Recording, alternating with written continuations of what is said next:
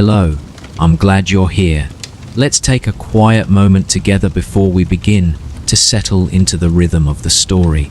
This is a story about a place that once lived and breathed and laughed, and then, in a single day, fell silent beneath the ash of a mountain. It is the story of Pompeii, the Roman city that slept for almost 2,000 years beneath the shadow of Vesuvius.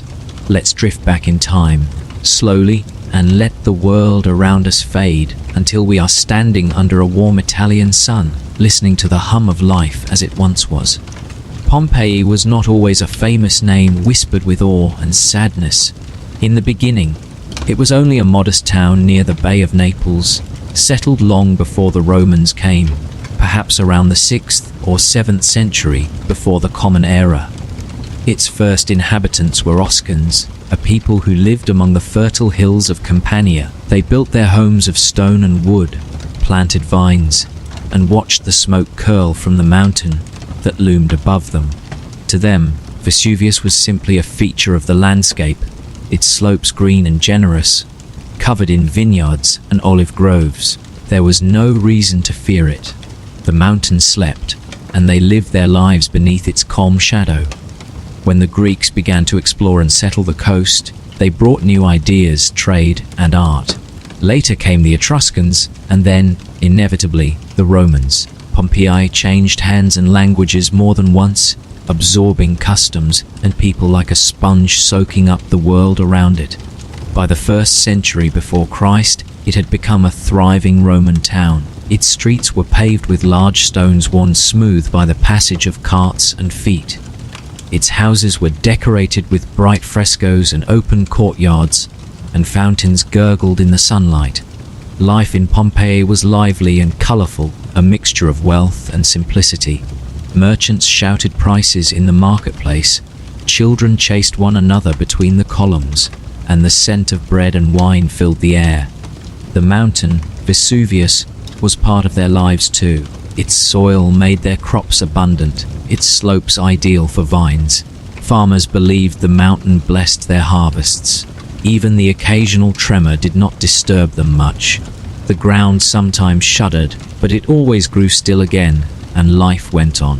There were small earthquakes in the years before the great eruption, but in an age without modern understanding, they were seen as little more than nature's restlessness. No one imagined what power was sleeping within the mountain's heart. In the year 62 of our era, a strong earthquake shook Pompeii. It was a frightening event, damaging buildings and temples, toppling statues, and breaking aqueducts. Some said it was a sign from the gods, perhaps Neptune, the god of the sea and earthquakes, expressing anger. Repairs began soon after, and by the time 17 years had passed, Pompeii was nearly restored to its old beauty. Houses had been rebuilt, frescoes repainted, and new mosaics laid down. The amphitheater once again echoed with cheers during the games. To the people, the city was alive and strong again. They had endured the worst, they thought, and the gods were appeased. But deep within Vesuvius, molten rock was rising, pressing against the stone that held it. Pressure built slowly, silently, over years. Beneath the calm slopes, gas and heat gathered. The mountain that had slept for centuries was beginning to wake. It was the morning of August 24th, in the year 79, when life in Pompeii began like any other day. The sun rose warm and bright over the bay. Fishermen went out in their boats, merchants opened their shops, bakers stoked their ovens, and families prepared for the heat of the afternoon. In the distance, Vesuvius stood quiet, wrapped in its green cloak of vineyards. By midday, though, something began to change. The ground trembled faintly, just enough to rattle dishes and make the water in fountains quiver. Many barely noticed. Small tremors were nothing new, but a little after noon, a strange sight appeared above the mountain, a column of smoke, rising straight into the sky. At first, people watched with curiosity. Some thought it was a forest fire, others believed it was merely a cloud forming on the mountain's peak. But as the minutes passed, the column grew taller and darker. It began to twist and bloom, like a pine tree with a long trunk and a wide canopy spreading out at the top. Pliny the Younger, a young man watching from across the bay, later described it in a letter that would preserve the memory of that day forever. He wrote that the smoke was dark, streaked with ash and fire, rising and spreading with terrible beauty. In Pompeii, the sky began to dim as ash drifted down like grey snow. People stood in the streets, staring upward. Some began to shout to one another, urging family members to come inside. The air filled with a faint smell of sulfur, sharp and bitter. Within an hour, ash was falling heavily.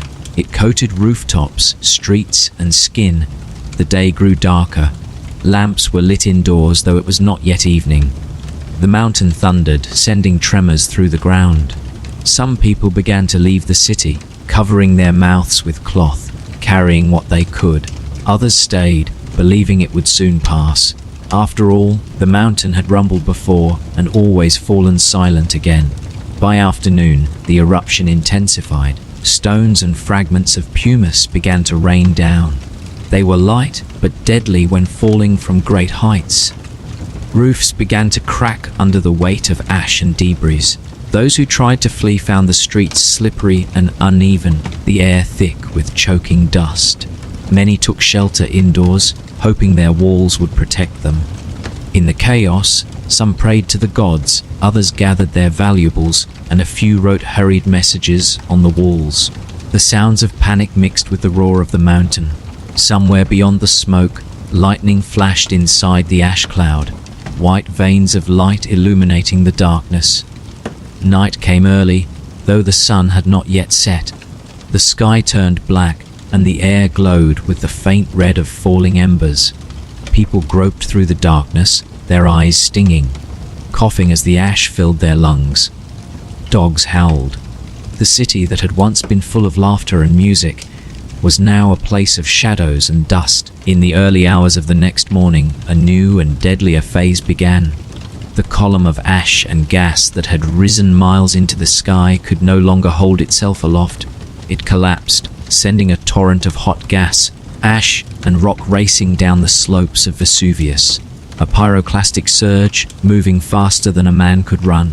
It rolled through everything in its path, erasing fields, vineyards, and towns. Herculaneum, closer to the mountain, was the first to be overtaken. The heat was so intense that wood turned to charcoal in an instant, and human life ended before a breath could be drawn. When the surge reached Pompeii hours later, those who still lived had no chance.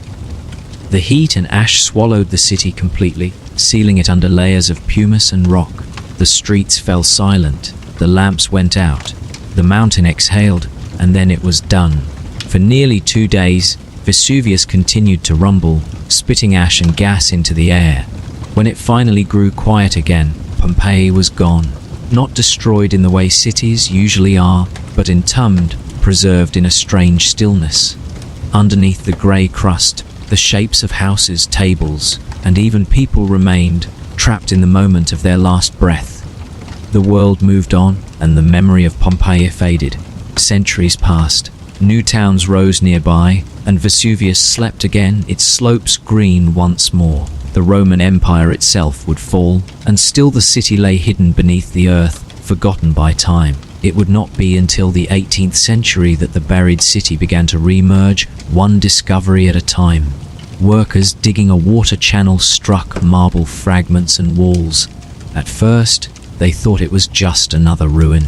But soon, as they uncovered streets, mosaics, and bodies preserved in strange hollow forms, they realized they had found something extraordinary. Pompeii had come back from the silence, its story told not in words, but in ash. When the first walls of Pompeii were uncovered, the world that emerged seemed almost dreamlike, as though it had been waiting patiently for someone to open their eyes and see it again. The workers brushed away the ash, and out came colors, patterns, shapes, life itself, preserved by tragedy. The plaster peeled away to reveal paintings so vivid they seemed freshly made gardens blooming on walls, mythological figures, and quiet domestic scenes. The frescoes had slept in the dark for 17 centuries, untouched by sun or rain, their pigments frozen in time. As more of the city came to light, the scale of what had been lost began to take shape. Streets appeared, perfectly paved. Doorways led into bakeries where loaves of bread, blackened but intact, still sat in their ovens. Amphora stood neatly lined in taverns, waiting for customers who would never return. And, most haunting of all, the spaces where people had fallen were discovered. Empty hollows left in the compacted ash, perfectly preserving the shapes of the dead. When plaster was poured into those cavities, faces, hands, even the folds of clothing emerged, captured at the final instant of life. It was a strange miracle of preservation. Pompeii had been destroyed and yet saved at the same time, locked in its last heartbeat. Historians, artists, and travelers came from across Europe to see this rediscovered world. They walked the silent streets where cart ruts were still visible, touched the walls of homes where Latin graffiti still whispered jokes, prayers, and love notes. It felt as though time itself had been peeled back. The modern world was noisy and changing fast, but within those buried streets, everything was still, patient and complete. Archaeology was still in its infancy, and the early excavations were rough and hurried. Much was taken without record. Statues and jewelry were removed, frescoes cut from walls, artifacts shipped to royal collections. Yet even through that crude curiosity, the story of Pompeii began to unfold. The archaeologists of the 19th and 20th centuries brought more care, more science, and with it, a deeper understanding of how ordinary Romans lived. Pompeii was no longer just a ruin. It was a portrait of daily life in the 1st century, a window into the habits, fears, and hopes of real people. Walking through the city today, you can still imagine the sound of footsteps on the paving stones, the murmur of voices in the marketplace, the splash of water in the fountains. Each building tells its own quiet story.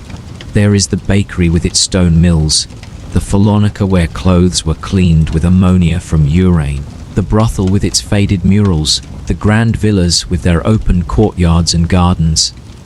The art on the walls is sometimes elegant, sometimes crude, but always human. You can see what they loved, what they found beautiful, what they believed in. One of the most remarkable homes is the House of the Faun, named for a bronze statue that still stands in its courtyard, a dancing figure caught mid-motion. The mosaics within depict Alexander the Great in battle, the colors still brilliant after centuries underground. Nearby, the Villa of the Mysteries tells another story through its painted walls, a strange ritual scene, perhaps tied to the cult of Dionysus.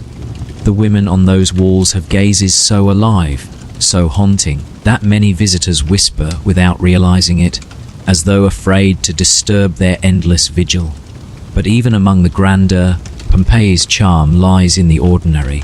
In a small house near the Forum, graffiti on the wall reads, "Gaius loves Puteolana," a simple declaration of affection carved into plaster by a young man's impulsive hand.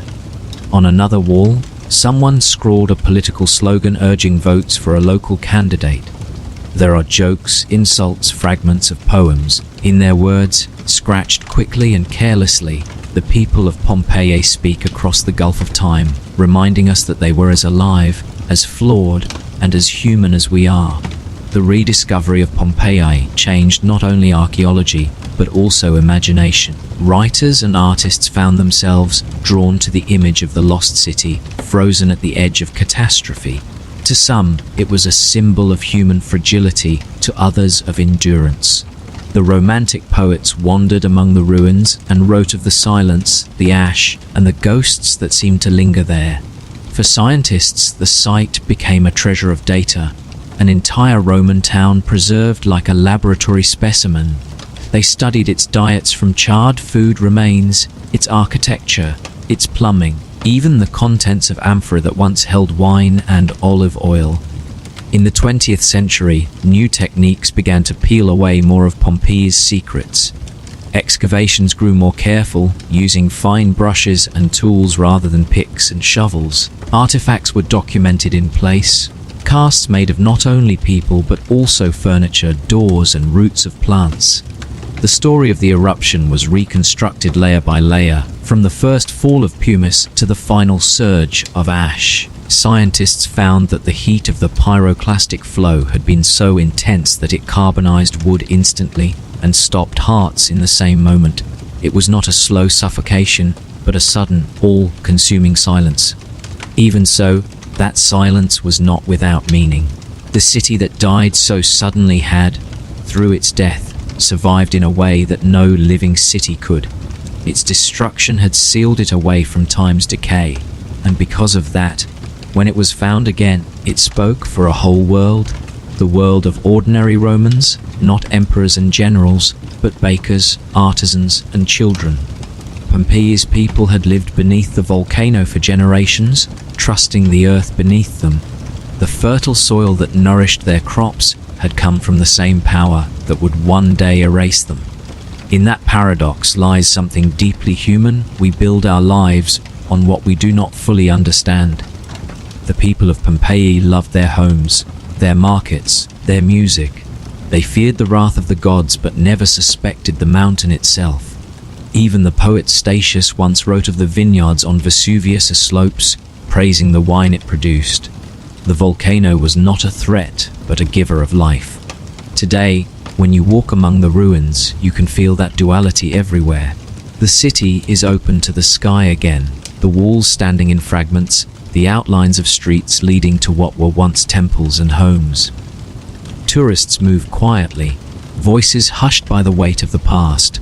Beyond the broken columns, Vesuvius rises in the distance, calm and green once more. It looks peaceful, harmless even, yet everyone who comes here feels its presence, the strange intimacy between life and destruction. When rain falls on the stones, the air smells faintly of dust and earth. Flowers bloom among the ruins, their colors bright against the gray walls. Sometimes a breeze moves through the empty doorways, stirring the silence. It is as if the city still breathes, still waits, still remembers, and perhaps it does. As the centuries passed, the world around Vesuvius changed again and again. Empires rose and fell, roads shifted, languages evolved. The mountain remained, its slopes green and patient, carrying no sign of the fire that still stirred far beneath the surface. The buried city slept in perfect darkness, sealed under ash that grew harder with time, its walls held in the delicate embrace of silence. Grass took root above the ruins.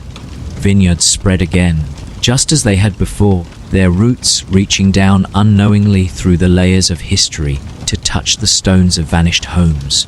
For most of history, Pompeii was only a whisper in the records, a name mentioned in passing by ancient writers. People who lived nearby spoke of lost cities, of buried treasure, of caverns filled with strange shapes. No one knew the truth, and no one imagined that beneath the soil, a whole Roman world still existed, waiting for the light to return.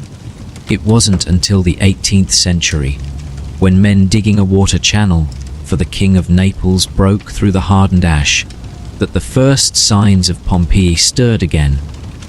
They didn't understand what they had found at first.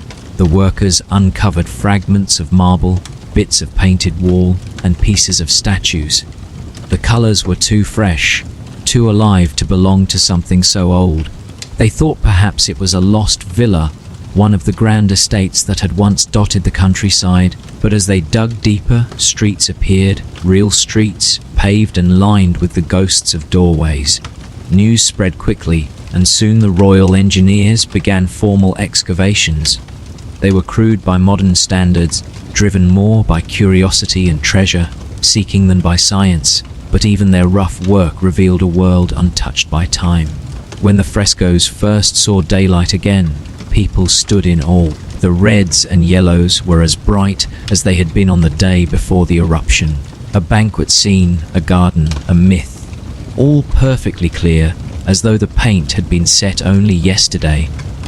It was said that some visitors wept at the sight, not only for the beauty of what they saw, but for the feeling that they were looking directly into the past, not through history books or imagination, but into the rooms where real lives had ended suddenly, yet beautifully preserved. The excavations grew slowly, uncovering a few blocks at a time.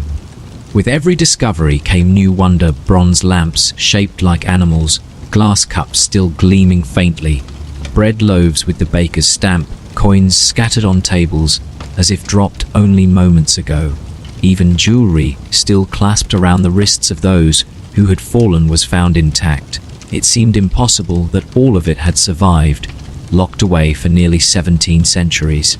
But the most haunting discovery of all came later, when archaeologists noticed the hollow spaces in the hardened ash, voids where bodies had once been.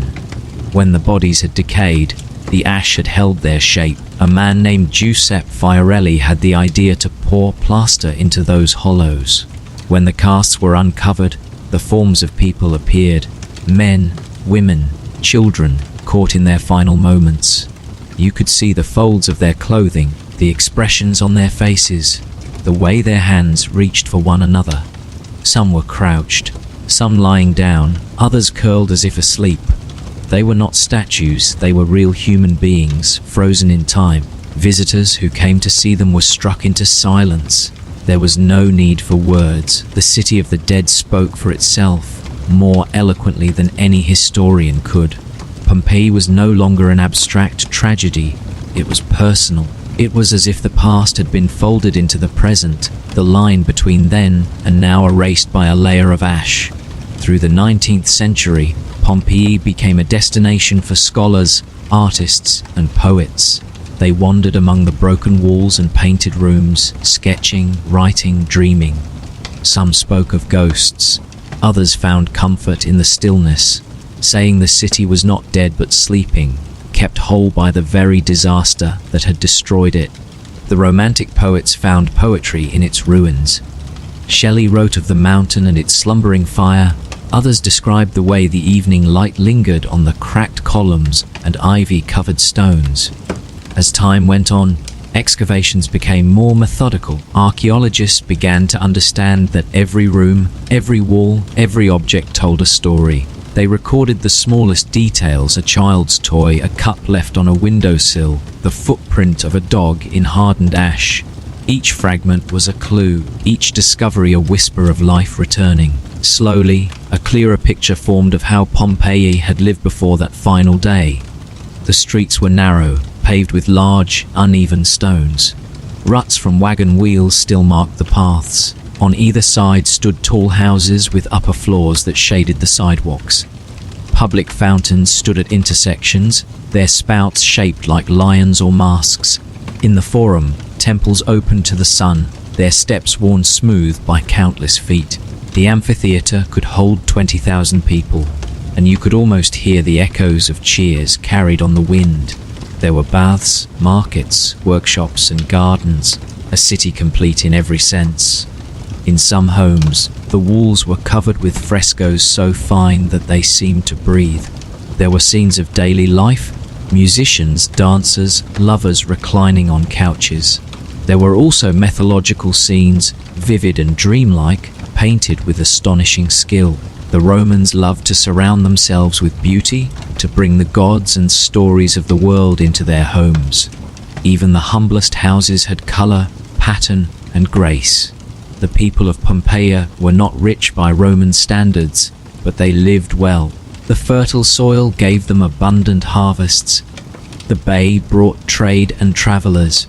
They had taverns where people gathered to drink wine sweetened with honey, bakeries where ovens glowed with the warmth of morning bread, and forums where business was discussed in the shadow of statues. They had worries, joys, gossip, and dreams, and all of that was captured, preserved beneath the mountain's gift and curse. When modern archaeologists began studying the site more deeply, they found signs of everyday life everywhere. Graffiti covered many walls, names, declarations of love, jokes, insults. Some were poetic, others crude, but all were alive with personality. Successus loves Iris. One message reads. Another declares, the weaver primigenius made good cloth. There are even advertisements for gladiator games, promising excitement and blood under the open sky. What makes Pompeii unlike any other ancient city is the intimacy of it. You can walk its streets and feel as though you've stepped through a doorway in time. It is not the grand monuments or temples that stay with you, but the small things, the kitchen utensils, the pet collars, the footprints, the half-finished meals. They remind you that history is made of ordinary moments, and that those moments are precious precisely because they are fleeting. The eruption itself, when you think of it now, becomes more than a disaster. It becomes a mirror of how fragile life is and how deeply time can preserve the traces of what we leave behind. The ash that suffocated the city also shielded it from decay. The heat that took lives also sealed colors and shapes into eternity. Destruction and preservation, death and memory, they are inseparable here. The scientists who study Pompeii today use new tools to look deeper still. They scan the ground, analyze the layers of ash, study the remains of plants and bones to learn what people ate, how they lived, what illnesses they suffered. They find traces of food: figs, olives, lentils, fish sauce, all preserved by the mountain's fire.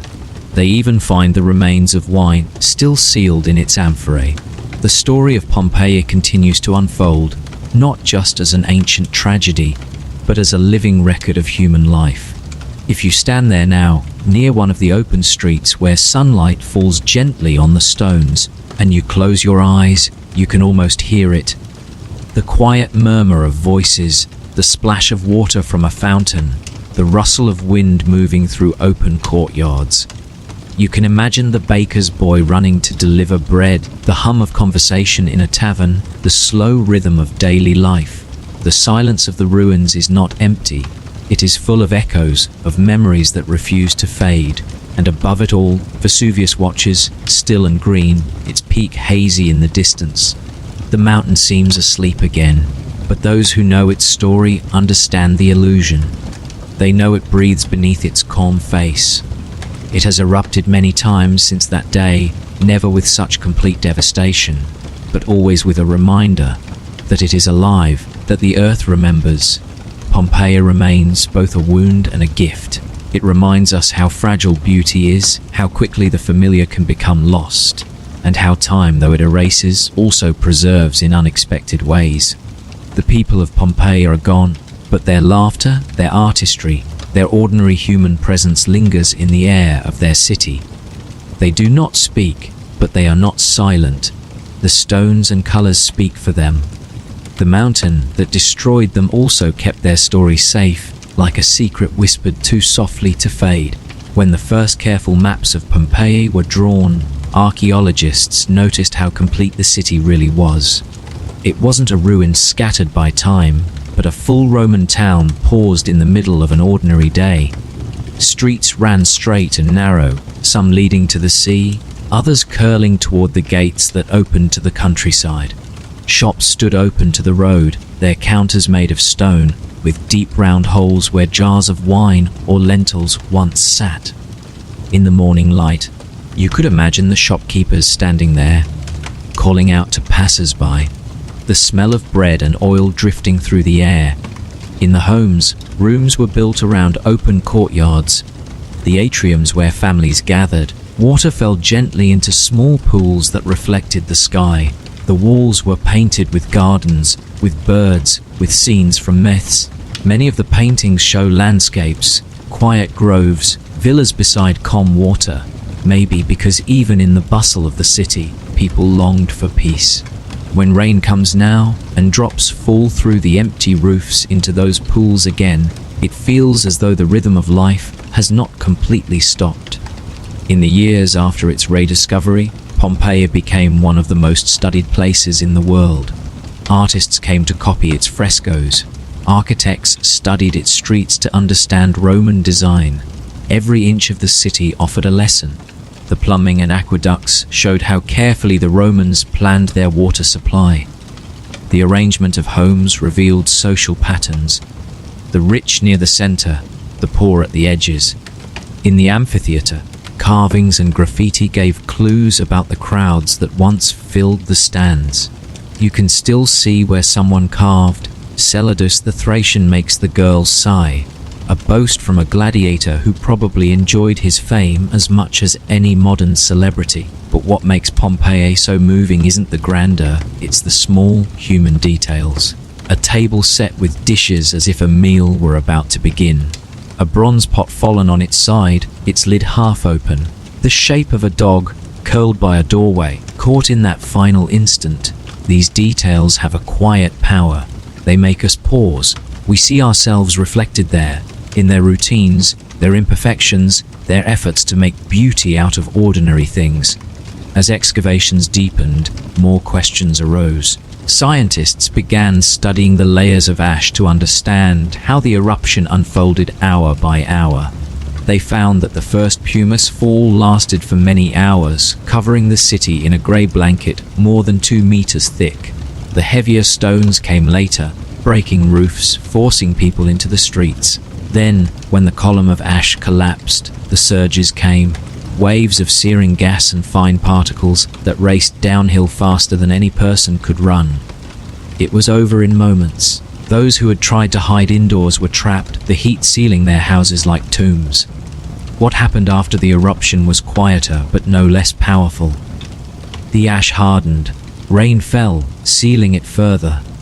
Seeds took root, animals wandered over the land. Eventually, even the outlines of the old roads vanished. The survivors from nearby towns may have returned for a time, searching for loved ones or possessions, but soon the site was left to sleep. Nature covered everything. For more than 1,000 years, the world forgot. When Pompeii came back into the light, Europe was changing fast. The Enlightenment had filled scholars with curiosity about the ancient world.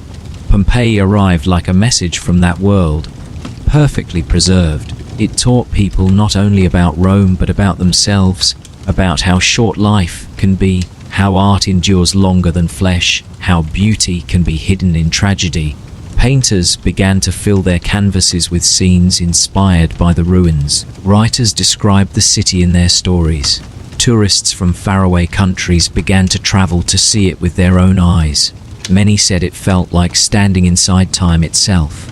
In the 20th century, as excavation methods improved, scientists could tell even more. They studied food remains, discovering figs, bread, lentils, olives, and grains. They analyzed the carbonized wood of furniture, learning which trees the craftsmen preferred. Even the pigments of the frescoes revealed secrets about trade, showing that some colors came from as far away as Spain or Egypt. Pompeii wasn't just a city, it was part of a vast network connected to the whole Roman world. The discovery of a small house on a quiet street once held special attention. Inside, archaeologists found a wall painting showing a man holding a loaf of bread, his eyes kind, his clothes simple. The inscription nearby identified him as a baker named Terentius Neo, and beside him stood his wife, holding a writing tablet. The detail in their faces was tender, not idealized but real. You could see pride in their expressions, perhaps a touch of wariness too. They were not nobles or heroes, just citizens of a city that had thrived under a peaceful sun. Their portraits survived while their world did not. Now, more than 2,000 years later, strangers still meet their gaze in silence. In another home, archaeologists found the skeletons of a group of people gathered together, holding hands, some shielding children. They had sought shelter in a basement, hoping to wait out the storm. When the ash and heat arrived, they died instantly, but their final gesture, reaching toward one another, was preserved forever. It is a reminder that even in catastrophe, people look for connection, for love, for each other. The story of Pompeii has become larger than the event itself. It has become a mirror for human nature, a meditation on how beauty and destruction live side by side. The same earth that feeds us can take everything away, yet what remains is never just loss. From beneath the ash came art, color, evidence of tenderness and care. The people who once lived there are gone, but their city continues to speak softly through the centuries. Even today, new discoveries continue. Entire streets once thought fully explored still hide rooms and frescoes untouched. Archaeologists now use digital scans and 3D imaging to record every wall, every stone. They can recreate the city in virtual light, showing how sunlight moved across the courtyards at different times of day, how shadows stretched across the forums, how lamps flickered inside homes at night. Through these quiet studies, Pompeii lives again, not as a ruin, but as a living, breathing place. When night falls on the site today, the air cools and the wind moves gently through the empty archways. The walls, pale and silent, glow faintly under the moon. The mountain stands watch in the distance, peaceful, but its outline against the stars carries memory. Those who stay late say the place feels alive, not haunted, but awake in a different way, full of unseen stories still unfolding in the air. Pompeii reminds us that history isn't only what survives in books or monuments. It's also the quiet evidence of living. The mark of a hand on plaster, the trace of a footprint, the fragment of a song that somehow lingers. The people of Pompeii lived, laughed, worked, and loved just as we do. And though they vanished in a single day, their world was caught like a breath inside the earth, preserved so that one day we might remember them. The night over Pompeii, even centuries later, seems to carry the echoes of life that once moved through its streets. The moon casts long shadows over the broken walls, tracing the outlines of doorways and courtyards. In the faint light, the city feels as though it is breathing slowly, gently, and if one listens closely, one can almost hear whispers of daily life that vanished so long ago. Families preparing dinner in kitchens with clay ovens, children running barefoot across the streets, the clink of coins exchanged at market stalls. All these sounds float softly across time, almost tangible in the quiet that surrounds the ruins. Even after the rediscovery, as archaeologists began to uncover the city systematically, it was not just the grand villas or the frescoes that held attention. The smaller details, the quiet intimacies of ordinary life, proved endlessly fascinating. In one modest home, the faint impression of a woman's hand remained on the wall, her fingers pressed lightly into the plaster. Nearby, a small cradle lay, blackened but intact, the carved animals on its sides still recognizable. In another house, the remains of a cat curled in the corner were found, preserved by the ash as if sleeping through the centuries. These moments, seemingly insignificant, form a tapestry of human experience, each piece contributing to the greater story of Pompeii. It is in these ordinary details that the tragedy and beauty of the city coexist. The eruption did not discriminate. It claimed the wealthy and the poor, the young and the old, the builders and the dreamers alike. Yet in the way the city was preserved, in the way the ash held everything in place, it gave back a measure of immortality. A loaf of bread, blackened by heat but still perfectly formed, sits on a counter as a reminder of a breakfast that will never be eaten. A dog, frozen mid-step, offers the quietest testimony of companionship and loyalty. The immediacy of these relics is haunting. They allow a window into lives that, though silenced abruptly, continue to speak across millennia. The eruption itself has been reconstructed in painstaking detail by modern scientists. Layers of ash reveal the sequence of events hour by hour. Initially, the sky darkened with falling pumice, soft yet relentless, coating streets, roofs, and bodies alike. People left their homes, perhaps seeking safety in the open, only to find the streets growing heavier with stone and ash. The air thickened, making every breath a struggle. By the second day, pyroclastic flows, searing, invisible torrents of gas, ash, and rock, swept through the streets with unimaginable speed. They were hot enough to kill almost instantly, preserving the final gestures, the poses, the tiny decisions people made in their last moments. In this way, Pompeii became a city paused at the edge of life, a snapshot of human existence frozen by catastrophe. As the centuries passed, the world around Pompeii evolved, and yet the city remained hidden, untouched, and silent. While the Roman Empire fell and new civilizations rose across Europe, Vesuvius slept again, its peak covered in vineyards and olive groves. Farmers and villagers worked the land above the lost city, oblivious to the history lying beneath their feet. And then, in the 18th century, the first holes were dug, first walls uncovered, and slowly the long slumber ended.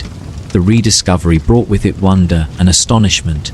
Scholars, artists, and travelers came from across Europe, drawn by reports of houses, streets, and frescoes frozen in time. Early excavations were crude by today's standards. Treasures were prized over understanding, objects removed and sold, frescoes cut from walls for private collections. Yet even in these early, rough attempts, Pompeii revealed itself. Columns, mosaics, statues, and inscriptions offered a tangible glimpse into life before the eruption. The House of the Faun became a symbol of Pompeii's elegance and complexity. Its open courtyard, surrounded by rooms adorned with detailed mosaics, including the famous depiction of Alexander the Great's victory at Issus, spoke of wealth, artistry, and the importance of social status. Nearby, the Villa of the Mysteries revealed a quieter, more enigmatic side of Roman life. Its frescoes depict initiation rituals of the Dionysian cult, capturing moments of transformation and secrecy, a reminder that even in a society built on order, mystery and spirituality held a place. Walking through these homes, one could feel the rhythm of life. The steps of servants, the voices of women preparing meals, the laughter of children echoing in open courtyards. Yet it was not only the grand and the beautiful that captivated archaeologists. The small, everyday objects revealed as much about Pompeii's people as the villas did. Bronze pots, oil lamps shaped like animals, wooden furniture charred by the heat of the eruption. Each piece told a story. Coins bore the faces of emperors, and writing on the walls revealed graffiti, political slogans, and declarations of love. In one street, a crude message scratched into plaster reads, "Successus loves Iris." In another, someone wrote a political endorsement, "Vote for Marcus, he is just and strong." Even the humor of the people survived, like jokes scribbled on a wall. "We two dear friends, Marcus and Quintus, were here."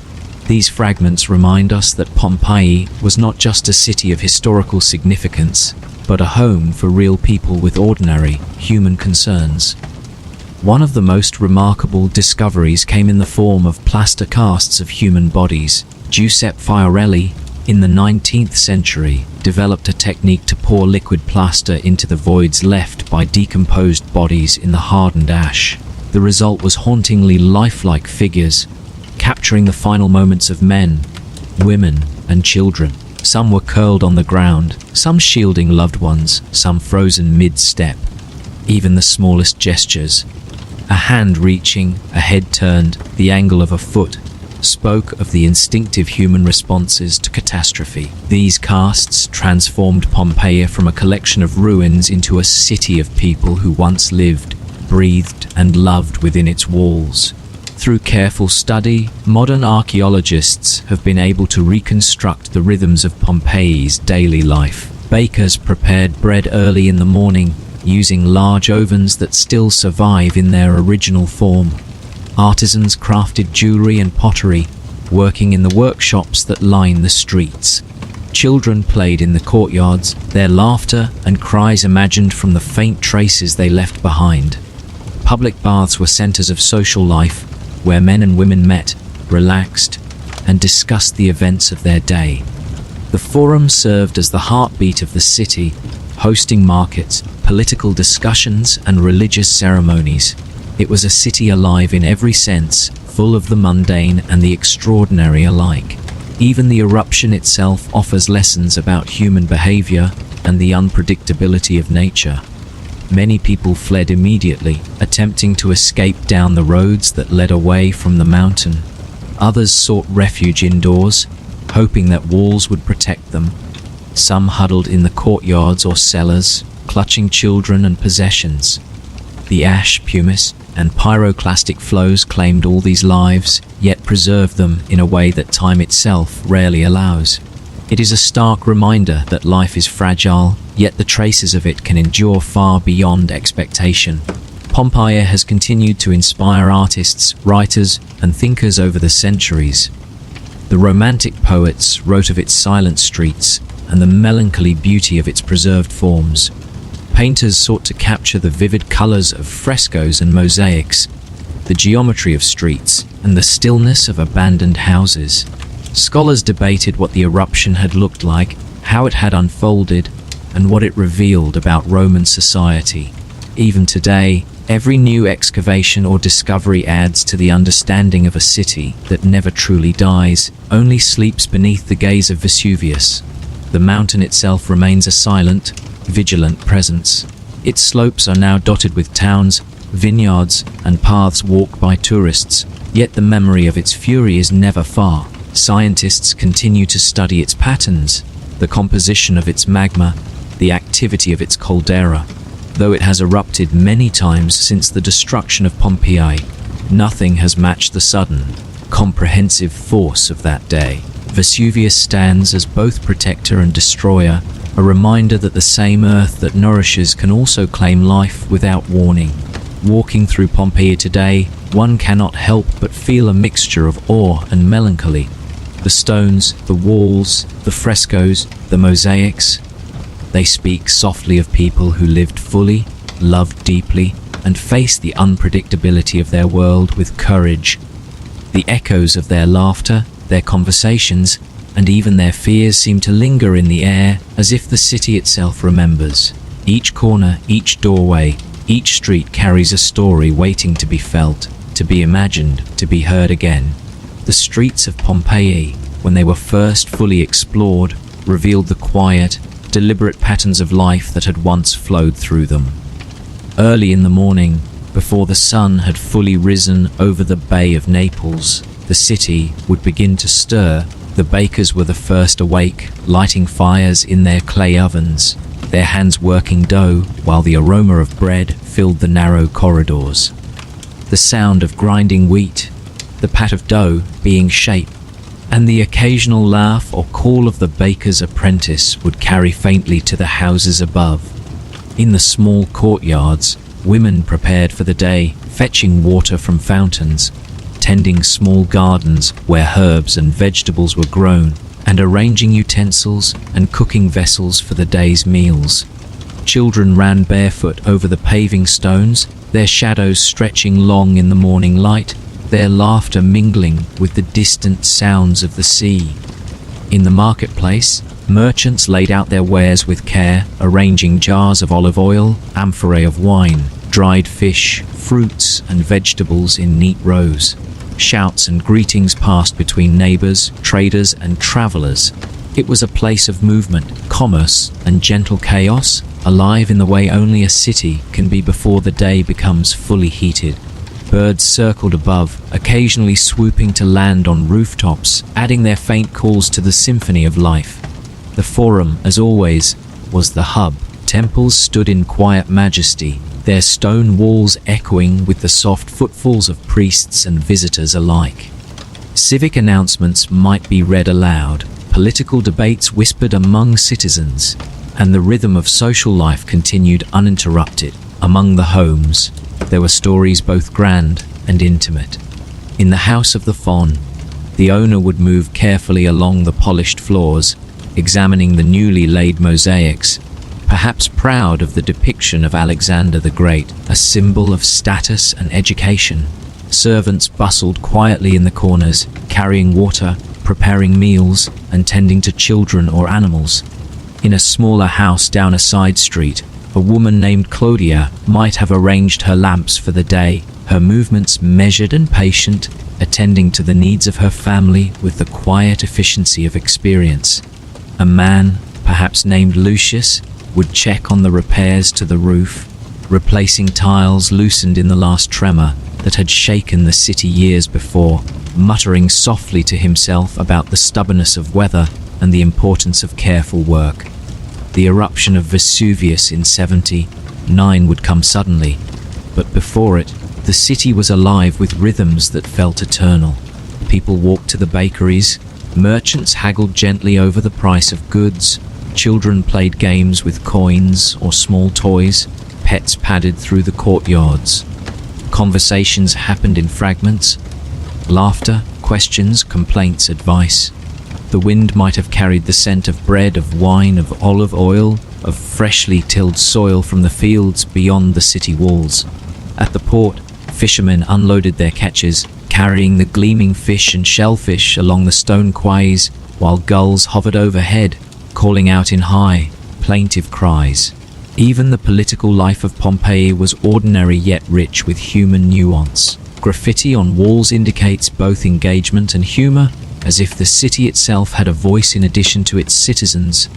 Messages of love, insults, boasts of victory in gladiatorial games, and encouragements to vote for certain candidates adorned walls along the main streets.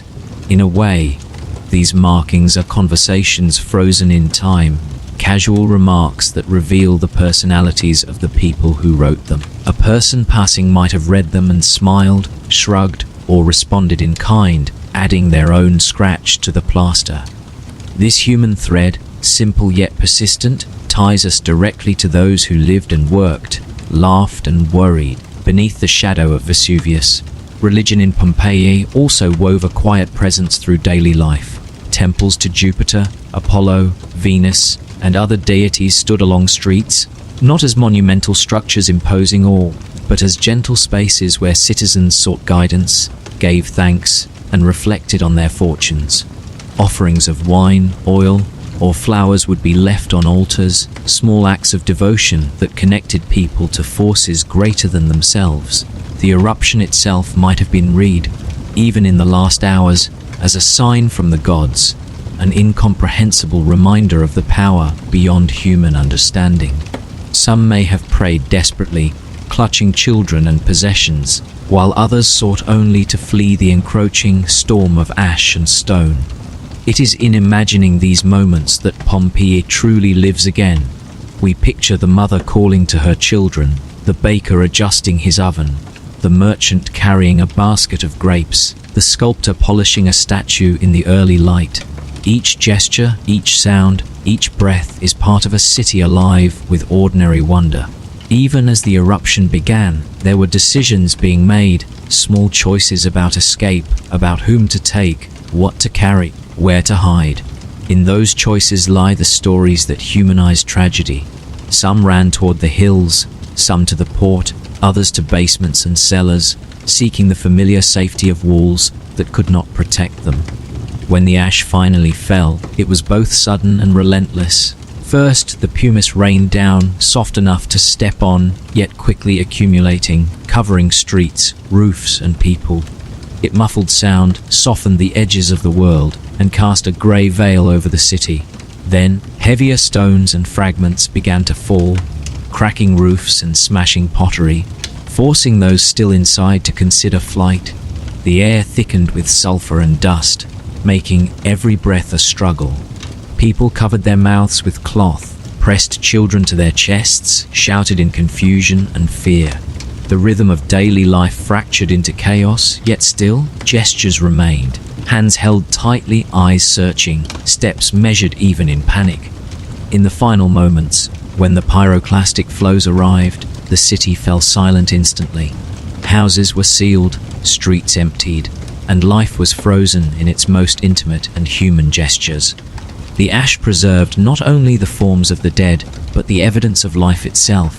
A table set for a meal, a cup knocked to the ground, a child's toy lying where it had been dropped, the faint trace of a footstep. It was death, sudden and complete, but it was also a preservation of memory in its most literal sense.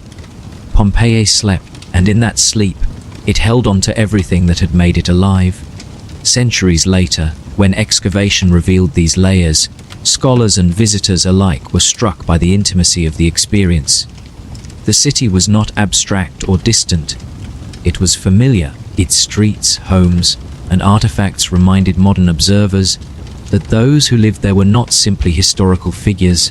They were human beings with ordinary hopes, worries, and joys. The preservation allowed us to imagine them fully. The baker kneading dough in the soft morning light, the mother arranging her kitchen, the children chasing each other through narrow alleys, the merchants exchanging greetings and coins in the marketplace. Even now, Pompeii continues to yield new stories. Excavations uncover fresh frescoes, more human casts, and objects that reveal aspects of daily life previously unknown. Modern technology allows detailed scanning of the streets, the walls, and even the remains of meals, helping to reconstruct the precise rhythms of life in the first century. The city is not frozen in stone alone, but in memory, imagination, and the ongoing dialogue between the past and those who visit it. Pompeii, in this way, is both tragedy and gift. Its destruction reminds us of the fragility of human existence, of the suddenness with which life can be erased. Yet its preservation allows a rare intimacy with the past, a slow and quiet window into the ordinary world of people long gone. As the sun sets now over the ruins, as wind moves through broken columns and open doorways, the city breathes softly in memory, reminding us that while life is fleeting, the traces we leave, however small, can endure. The streets of Pompeii, winding through clusters of modest homes and grand villas, reveal a rhythm of existence that is at once familiar and distant. Sunlight would spill over the city early in the morning, illuminating the uneven stone roads, the gently arched doorways, and the courtyards where laundry was hung to dry. Women, leaning gracefully over basins, would wash cloth, their hands moving with habitual precision, while children darted between columns, their bare feet clicking against the worn stones. Occasionally, a dog trotted beside a child, its tail wagging, alert ears twitching at the faint noise of carts rolling along the thoroughfares. The hum of the marketplace was gentle yet persistent. Vendors arranged ceramic vessels filled with oil, fresh fruit, or fish, calling to potential customers with voices neither harsh nor insistent, but carrying a rhythm that blended with the morning air. In many homes, life moved quietly around the atrium. Courtyards open to the sky contained shallow pools where birds came to drink and where fountains, carved from marble or stone, caught the sunlight, throwing gentle patterns across the walls. Walls themselves were adorned with delicate paintings, scenes depicting mythological events, idyllic landscapes, or domestic vignettes. The color palettes, composed of reds, ochres, blues, and greens, glowed softly even beneath centuries of ash, a testament to the craftsmanship and aesthetic sensibilities of their creators. In some homes, the depiction of a garden would extend across several walls, merging architecture with illusion, so that anyone sitting quietly could feel as though they were immersed in a blossoming grove or beside a calm river, far from the bustle of the streets. Life in Pompeii was also marked by commerce, negotiation, and artistry. Craftsmen worked meticulously in workshops tucked along narrow lanes, fashioning jewelry from bronze or silver, shaping clay into vessels of varied forms, or painting intricate designs on the walls of public buildings. The sounds of hammer striking metal, brush caressing plaster, and knife cutting into clay filled these spaces softly, harmonizing with the faint wind that drifted through open doors. In bakeries, ovens glowed warmly, bread rising and browning, while cooks moved with deliberate motions, shaping dough, tending fires, and arranging loaves. At the same time, taverns and inns welcomed travelers, providing small meals, wine, and conversation, their interior spaces alive with human energy, even in moments of quiet. The city was layered with social dynamics that permeated its spaces. Wealthy families occupied villas with open atria, elaborate mosaics, and gardens with fragrant plants carefully tended. Their houses served not only as residences but as statements of cultural sophistication, displaying art, taste, and refinement. In contrast, more modest dwellings were snug, functional, and yet full of life, offering warmth, privacy, and comfort for families who worked hard to maintain daily routines. Public spaces, too, reflected both hierarchy and community. The Forum was not merely a marketplace but a civic hub, hosting assemblies, debates, and occasional ceremonies. Temples dedicated to gods such as Jupiter, Venus, and Apollo stood along its edges, their steps polished by countless feet, offering quiet spaces for reflection, prayer, and devotion. Education and leisure also filled the city with soft, ongoing activity. Children learned from parents or private tutors, practicing writing on wax tablets or memorizing lessons in Latin, geometry, or basic arithmetic. Music drifted occasionally from open windows, the gentle strum of a lyre, the tap of wooden percussion instruments, accompanying conversations, meals, or quiet moments in courtyards. Gladiatorial games, theatre performances, and religious festivals provided public entertainment, drawing citizens together in a shared experience, a reminder that communal life mattered as much as private routines. Even in leisure, there was a subtle rhythm, a deliberate cadence of movement and sound, punctuating days and anchoring the city in cycles of activity. But life in Pompeii was not always calm or predictable. Though the eruption that would eventually consume the city was centuries away in the perspective of daily existence, the mountain above was a quiet, constant presence. People planted vines on its fertile slopes, built roads along its gentle contours, and watched the clouds drift lazily around its peak, never suspecting the danger simmering within. Occasionally, the earth shivered slightly, a tremor, a subtle vibration through stone and soil. Yet such occurrences were familiar, considered minor curiosities rather than warnings. The mountain's bounty and beauty had earned its trust over generations, its potential for devastation largely unimagined. When the first signs of unrest appeared on that fateful August morning, the transition from everyday rhythm to chaos was swift.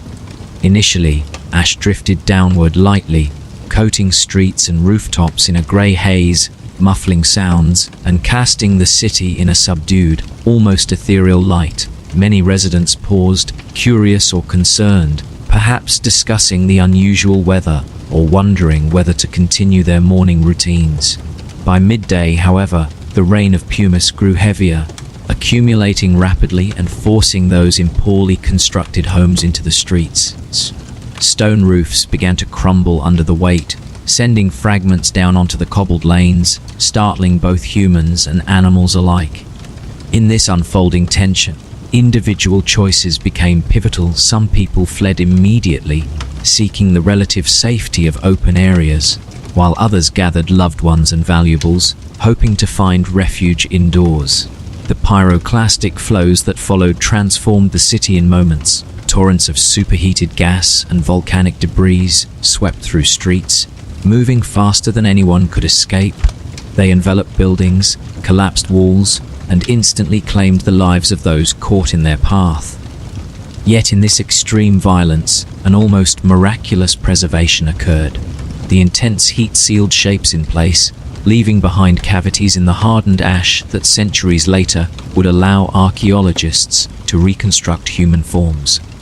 Hands reaching for others, curled postures, expressions frozen mid-motion, these became the enduring testament to lives abruptly ended. It is a paradox of catastrophe, destruction intertwined with preservation, mortality captured and yet eternalized. Rediscovery of the city in the 18th century revealed not only the magnitude of human loss, but also the depth of cultural richness. Scholars, travelers, and artisans marveled at the breadth of artistic, architectural, and practical achievement evident in the ruins. Frescoes glowed as though painted yesterday, mosaics depicted detailed geometric patterns and mythological scenes, bronze utensils, pottery, and amphorae illustrated everyday routines as vividly as any written record could. Even the simplest objects, a hairpin, a comb, a small toy, carried stories hinting at the intimacy and universality of human experience. Through these remnants, Pompeii transformed from a silent tragedy into a dialogue across centuries, connecting the present with a world lost yet startlingly familiar. The houses themselves tell narratives beyond what any single object could convey. In the house of the Vesuvius, expansive atria were filled with decorative frescoes depicting scenes of Bacchic celebration, gods and mortals mingling in playful ritual. Courtyards featured fountains surrounded by plants, carefully curated to enhance the sense of serene domesticity. Even the smallest rooms, once bedrooms or servant quarters, reveal a dedication to comfort, utility, and artistry. Meanwhile, the modest dwellings in adjacent streets remind visitors that life in Pompeii was not only about grandeur, but also about routine, resilience, and quiet dignity. Every household, regardless of scale, contributed to the social fabric of the city, reflecting choices, values, and habits that persisted in subtle yet powerful ways. In the quieter corners of Pompeii, away from the Forum and the main thoroughfares, life carried a different rhythm, a slower, gentler cadence. Narrow alleys wound between houses, their walls leaning slightly toward one another as if sharing secrets. Here, neighbors would speak softly across thresholds, exchanging small favors or news. A child might peek from behind a shuttered window, observing the movements of adults as they tended gardens or carried baskets of figs and grapes. Even in these hidden spaces, life was rich with sensory texture, the scent of fresh bread drifting from a nearby oven, the faint tang of salt from the sea carried on the breeze, the subtle rustle of leaves in courtyard trees that had been planted decades before. It was in such places that the quieter dramas of Pompeian life unfolded. A young woman named Livia might rise early, moving deliberately as she fetched water from the fountain, careful not to spill the ceramic jug she carried on her hip. She would pause, feeling the cool spray of water against her hands, the stones beneath her bare feet rough yet familiar. Perhaps she whispered to herself a prayer, small and private, asking the gods for protection, for health, for calm in the hours to come. A few steps away, an elderly man, Publius, repaired the terracotta tiles on his roof, pausing periodically to rest on the sun-warmed stones, squinting at the distant slopes of Vesuvius and wondering, as generations before him had wondered, if the mountain would ever trouble the city again. The marketplace, though bustling in larger areas, had corners that breathed quietly, where artisans worked on delicate creations. A jeweler might shape a fine ring from bronze, embedding it with a tiny piece of garnet that caught the sunlight in a small sparkle.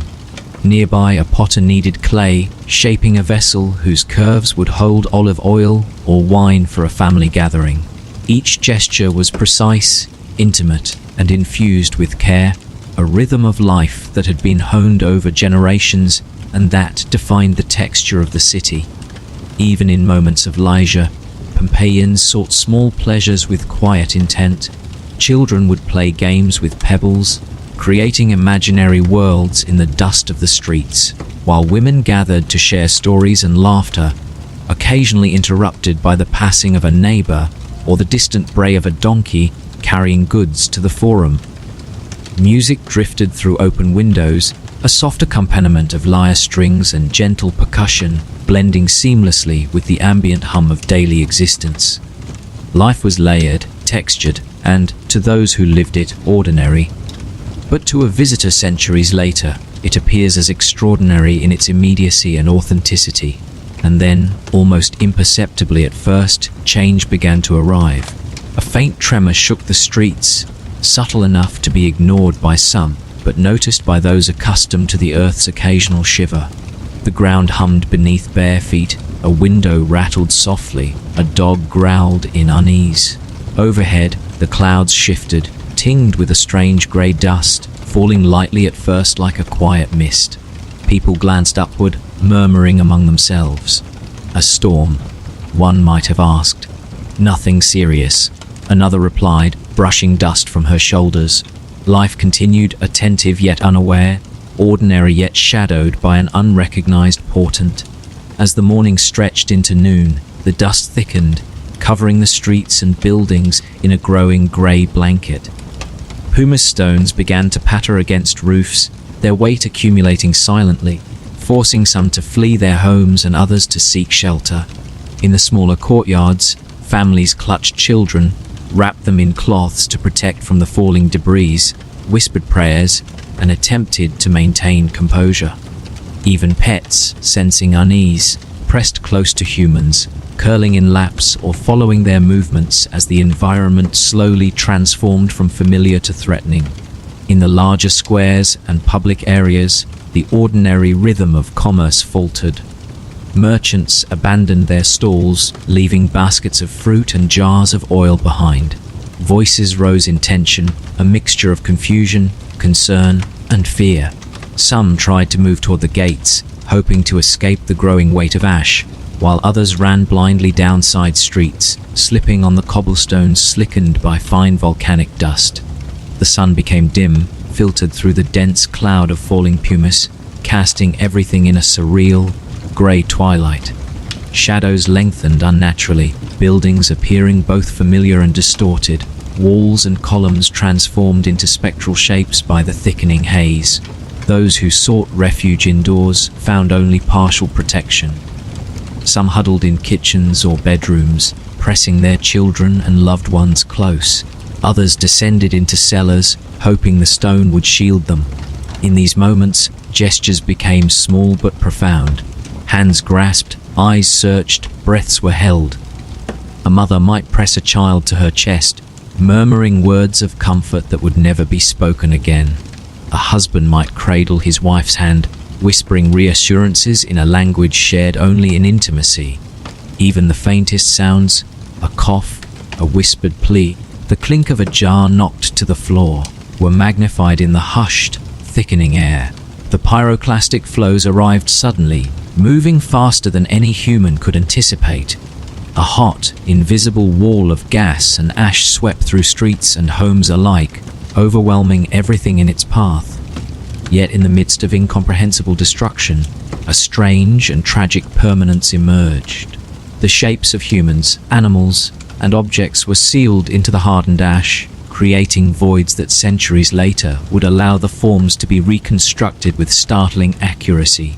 The exact posture of a hand, the gentle curve of a foot, the inclination of a head, these fragments preserved gestures, intentions, and the delicate traces of individual lives. It was death, complete and sudden, yet in that very suddenness, a story was captured for eternity. Pompeii, in its aftermath, became a city of echoes. When rediscovered, the intimate details drew scholars, artists, and curious travelers alike, each encountering a city simultaneously familiar and otherworldly. Frescoes revealed the quiet artistry of domestic and religious life. Mosaic floors conveyed stories of myth and symbolism, while graffiti along walls offered glimpses into humor, desire, and social interactions. Small objects, combs, pins, cups, toys, communicated what mattered to ordinary people, what they cherished, and how they lived. Each artifact, each wall, each preserved gesture was a whisper of humanity, reaching across centuries to speak directly to those who would one day stand among the ruins. Morning in Pompeii arrived slowly, as if the city itself drew a long, quiet breath before stirring to life. The first faint light spilled across the rooftops, revealing the gentle tilt of terracotta tiles, the shadows of chimneys against the walls, and the quiet curves of streets that had been walked for generations. In one modest house, a young boy named Marcellus sat at the edge of a small courtyard, tracing patterns in the dust with his fingers. His bare feet rested on the warm stone, and for a moment the world felt infinite. Birds flitted overhead, landing briefly on low walls before taking flight again, and the faint scent of oil, bread, and damp earth drifted through the air. Marcellus's mother, Julia, emerged from the kitchen doorway, carrying a small water jug. She paused as she noticed her son, brushing a strand of hair from his face with tender fingers, and whispered softly, a greeting as much for herself as for him, that the day had begun. In another part of the city, a craftsman named Lucius prepared for his daily work. He had a small workshop near the Forum, where he created delicate bronze jewelry and small figurines for homes and temples alike. His hands were strong yet careful, moving with a rhythm honed over decades. Today, he was fashioning a tiny clasp, the kind that would secure the robe of a wealthy matron. Each tap of the hammer against bronze, each careful filing of the edges, was done with attention and pride. a quiet meditation expressed through skill. Around him, the faint scent of metal, clay, and wax mingled with the morning air drifting through the open door. Every sound was muted yet distinct, a gentle hum of productivity that filled the space without urgency. Meanwhile, near the port, fishermen were preparing their small vessels for the day. Nets were untangled with careful fingers, lines coiled with precision, and baskets readied to carry the day's catch. Seagulls wheeled overhead, their cries high and sharp, echoing faintly against the stone quays. Among the fishermen, an older man named Gaius adjusted the rudder of his boat, nodding to his apprentice as he gave quiet instructions. The apprentice, a boy of barely 12, listened intently, mimicking the gestures of the man before him, learning the rhythm of labor passed down through generations. Fish were caught, cleaned, and stored with care, destined for markets that would hum with life in just a few hours. Yet, for all this ordinariness, the city was layered with subtle beauty and delicate observation. In the courtyards of many homes, flowers grew in carefully tended plots, herbs and vegetables sharing space in a patchwork of color and texture. Vines climbed the walls, their leaves trembling in the breeze, shading doorways, windows, and small patios. In some homes, cats slinked quietly among the stones, their movements graceful and deliberate, while dogs rested near entrances, alert yet calm. The city was alive in the way that only human habitation can make it. Small details animated by countless tiny acts of care and attention. Even the social rituals of the city unfolded with quiet complexity. In the forum, citizens began to gather for the day's discourse. Discussions were gentle but persistent, opinions shared with polite gestures and measured voices. Religious ceremonies, though brief, punctuated the day. The offering of a cup of wine at a temple, the placement of a small coin in the hand of a statue, a whispered prayer for health or fortune. Festivals were less frequent, but carried an undercurrent of anticipation that brought the city together in shared celebration. In private homes, families observed daily customs, sharing meals, tending to children, and maintaining the spaces that framed their lives. The ordinary was interwoven with care, devotion, and attention, creating a tapestry of experience that, though unseen for centuries, speaks vividly across time. It was in this texture of daily life that the first intimations of danger appeared. On a quiet street, a merchant named Quintus looked upward as a faint, grey dust began to drift through the morning light. At first, it seemed innocuous, perhaps the stirrings of a distant storm. Children playing nearby paused, tilting their heads curiously at the strange veil that fell across the stones. Dogs whimpered softly, noses lifted to the air, their instincts sensing something unusual. The dust thickened gradually, coating rooftops, walls, and the narrow paving stones with a subtle layer of grey that grew steadily more persistent. Citizens spoke in quiet concern, exchanging glances and murmuring speculations, but few could truly imagine the magnitude of what was approaching. As the morning unfolded, the ash fell heavier, and the city's rhythms faltered. Roofs groaned under the growing weight, some collapsing silently, others cracking with sharp, sudden sounds. Families moved cautiously, gathering children, pets, and the most portable possessions. In the streets, confusion began to ripple. Merchants abandoned their stalls, leaving baskets of goods behind. Travelers froze, unsure of which direction to turn. A woman named Claudia clasped her youngest child to her chest, wrapping the boy's small body in her shawl, whispering prayers to gods whose favor she could not know.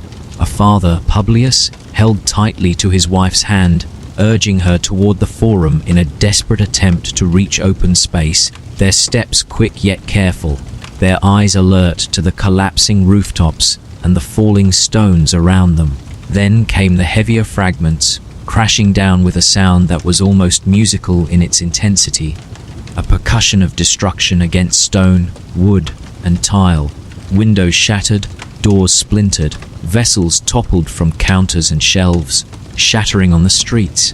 The wind carried a faint sulphurous tang, stinging the eyes and noses of those who still moved, while the air thickened with ash, pressing into lungs and forcing every breath into effort. Even in this chaos, there were moments of care and grace. A man steadied a fallen neighbor, a mother shielded a child from debris, a servant offered a hand to lift an elderly master over rubble. The city was in turmoil, yet human instinct persisted, echoing softly amidst the devastation. By afternoon, the flow of molten ash and superheated gas surged through the streets, unstoppable and silent in its immediacy. Those who had tried to escape found themselves overtaken, enveloped in a heat that sealed every gesture in place. Some were mid-stride, hands extended to loved ones, others crouched in corners, protective and fearful. Pets clung to humans, walls shielded fleetingly, and yet the force of nature was total, indiscriminate, instantaneous. In this moment, Pompeii transformed from a city of ordinary life into a mausoleum of memory, preserving in eerie fidelity the minutiae of existence, footprints frozen mid-step, fingers pressed against stone, heads turned in astonishment, eyes closed in final thought. The aftermath was both quiet and profound. Ash hardened over streets and roofs, sealing houses, courtyards and objects into a thick, impenetrable layer. Nature slowly reclaimed the city's surface. Grasses sprouted, trees took root, and small animals wandered across the silent streets. For centuries, the world above forgot the city that slept beneath, and life continued around it as if Pompeii had never been. Yet within the compacted layers, the past remained vibrant, waiting for discovery. When the 18th century excavations began, they revealed not a ruin scattered by time, but a living city, preserved in meticulous detail. Frescoes glowed in colors that seemed almost new. Mosaics depicted scenes of myth, daily labor, and domestic harmony. Plaster casts of human forms revealed the intimate, final moments of those caught by the eruption, a haunting tableau of ordinary life, halted by extraordinary force. Objects both mundane and precious, combs, hairpins, cups, coins, jewelry, offered glimpses of human priorities, habits, and affection. Even graffiti on walls spoke to personality, wit, and the rhythm of conversation. Centuries past, a declaration of love, a boast, a simple greeting scrawled in hurried handwriting. Pompeii had been silent, but it spoke volumes when finally seen. The morning light over Pompeii shifted slowly, washing the city in pale gold that touched every stone and wall with quiet warmth. Streets glimmered faintly where dew lingered, pooling in uneven gaps between paving stones, and the gentle rustle of leaves stirred softly in hidden courtyards. In one narrow lane, a mother named Flavia arranged small clay vessels on a low bench outside her home. The faint scent of olive oil mingling with the aroma of fresh bread carried from the baker's oven across the street. Her youngest daughter, Tullia, crouched nearby, watching a small bird hop from one stone to another, and laughed softly when it pecked at crumbs she had scattered. The laughter drifted through the alley, blending with the distant rhythm of cart wheels along the forum, the muted clatter of fish being unloaded from the quays, and the hum of conversations that mark the ordinary pulse of the city. At the same time, a scholar named Quintillus moved quietly through the main square, his robes brushing the stone as he carried a thin wax tablet. He paused to observe the interactions of merchants and buyers, noting the precision with which jars of wine were stacked, the careful balance of produce in baskets, the subtle gestures that indicated familiarity and trust between neighbors. His eyes lingered on a bronze lamp resting on a stone ledge, its curved handle polished to a faint gleam, imagining the small rituals performed by those who lit it at dusk, welcoming warmth and light into dimly lit homes.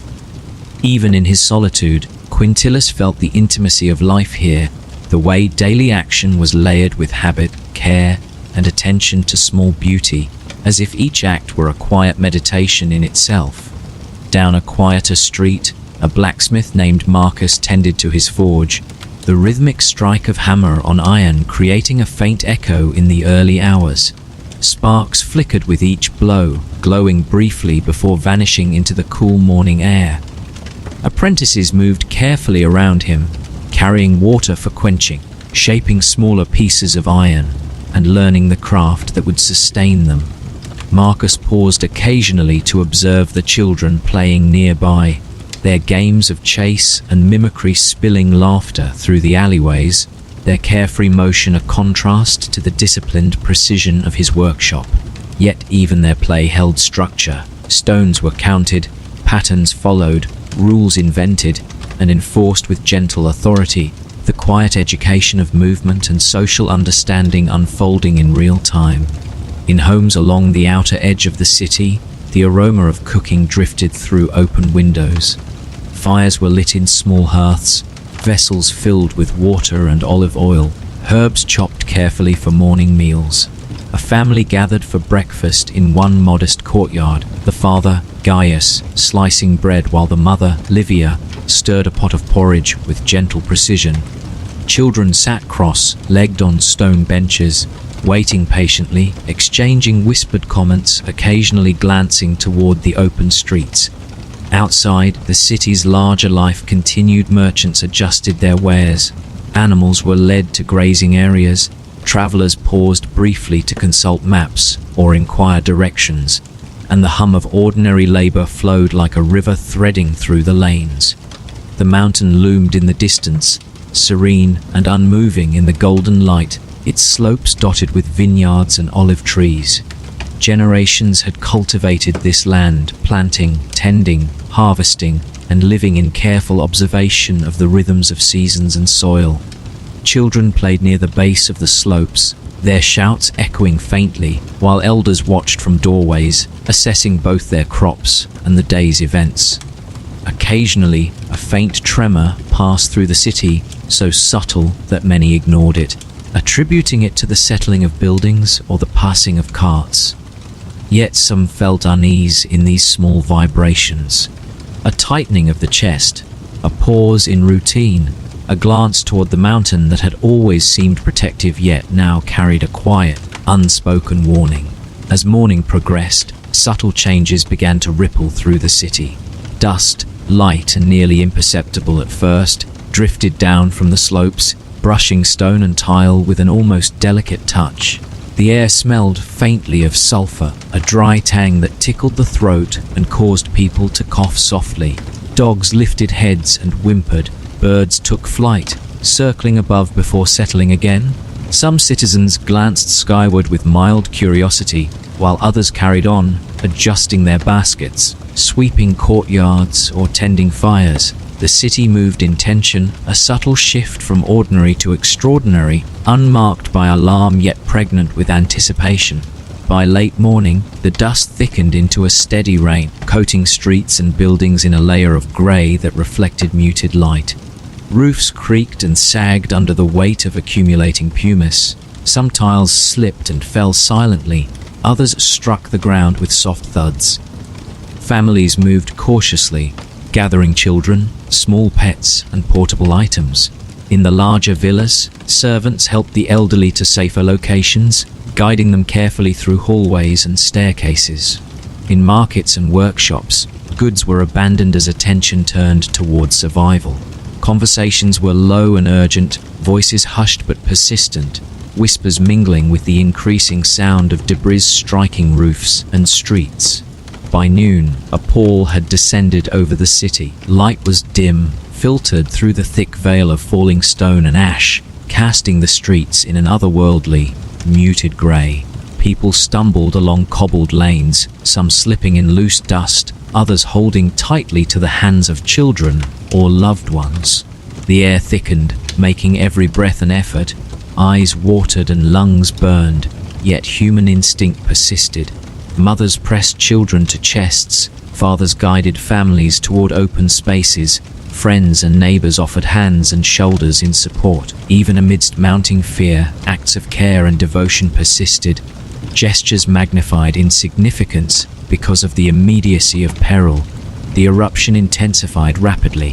Pyroclastic flows surged through the streets with unrelenting speed, moving faster than anyone could flee. A heat wave pressed against walls and bodies alike, transforming life into stillness in moments. Yet in this suddenness, the city achieved a tragic permanence. Shapes were sealed in place, gestures frozen in air. A hand extended toward a loved one, a foot mid-step, a head turned as if in question or astonishment. Pets clung to humans in final instinctive gestures, objects tumbled and froze, scattered yet preserved. The eruption claimed every home, courtyard, and street, yet preserved them in astonishing detail, the minutiae of daily existence captured forever beneath layers of hardened ash.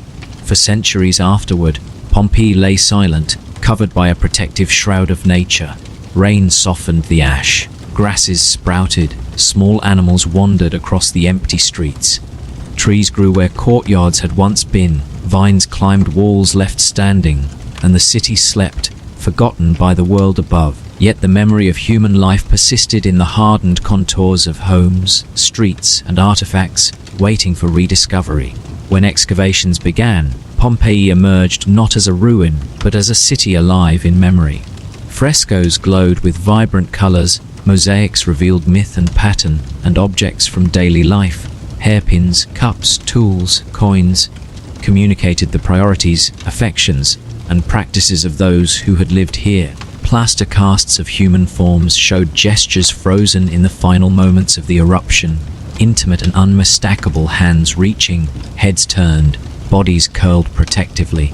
Each detail offered both tragedy and insight, bridging the centuries with quiet, persistent humanity.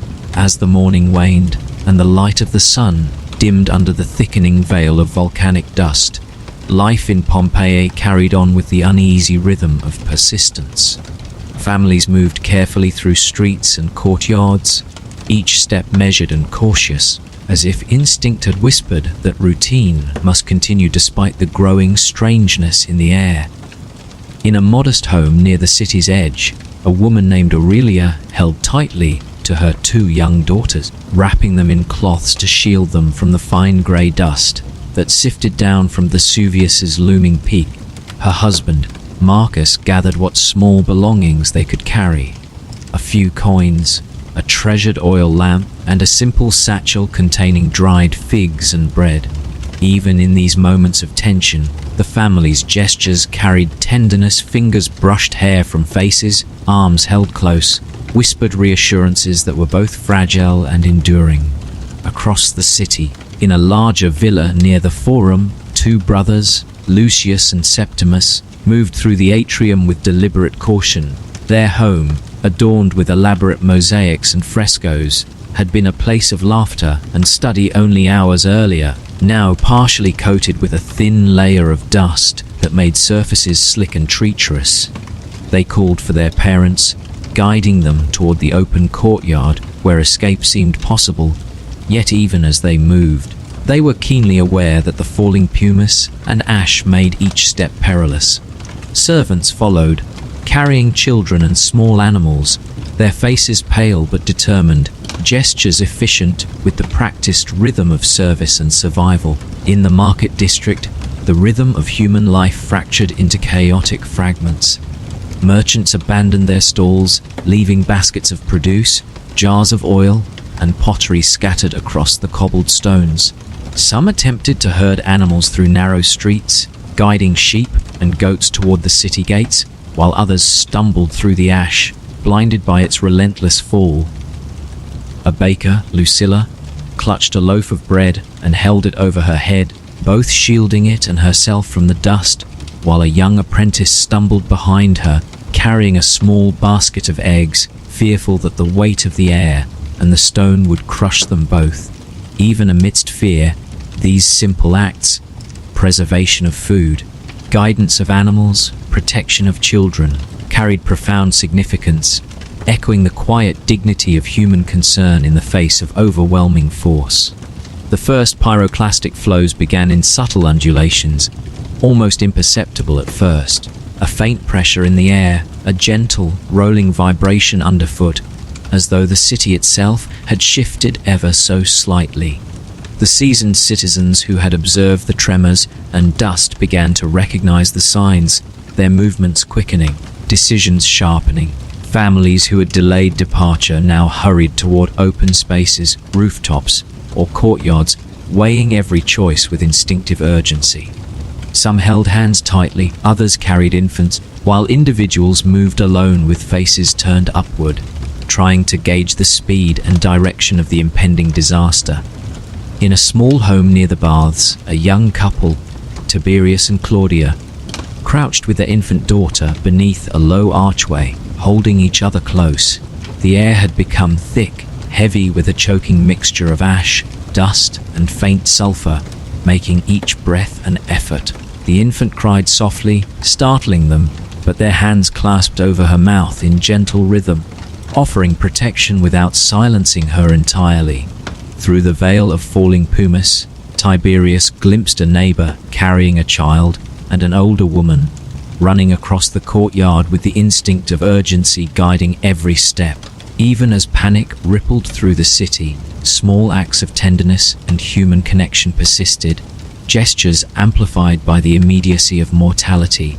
Meanwhile, on the western edge of the city, near the amphitheater, a group of performers and laborers paused in awe and terror as the sky darkened.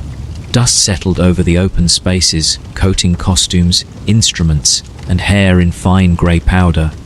A musician struggled to pack his lyre, concerned both for the fragile instrument and for the safety of his children.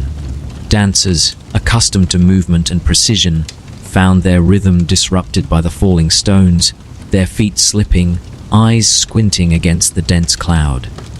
Yet even here, where chaos threatened, the human impulse toward care and preservation remained. One woman steadied another, hands gripping shoulders, guiding them across broken stones, voices murmuring encouragement.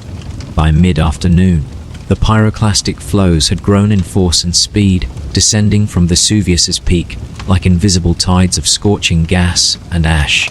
The heat pressed relentlessly, overwhelming the senses, driving both animals and humans into instinctive flight. Those still attempting to escape found themselves forced into desperate decisions: turn down a narrow alley or risk the open square, climb to the roofs and hope they would hold, or huddle in doorways with the hope of partial protection. Each movement was swift yet cautious, driven by the unspoken knowledge that a single misstep could mean immediate death. Even as the city's pulse quickened in fear, the memory of ordinary life persisted in gestures: a mother adjusting a blanket, a hand reaching to steady a child, a quiet word whispered to soothe panic.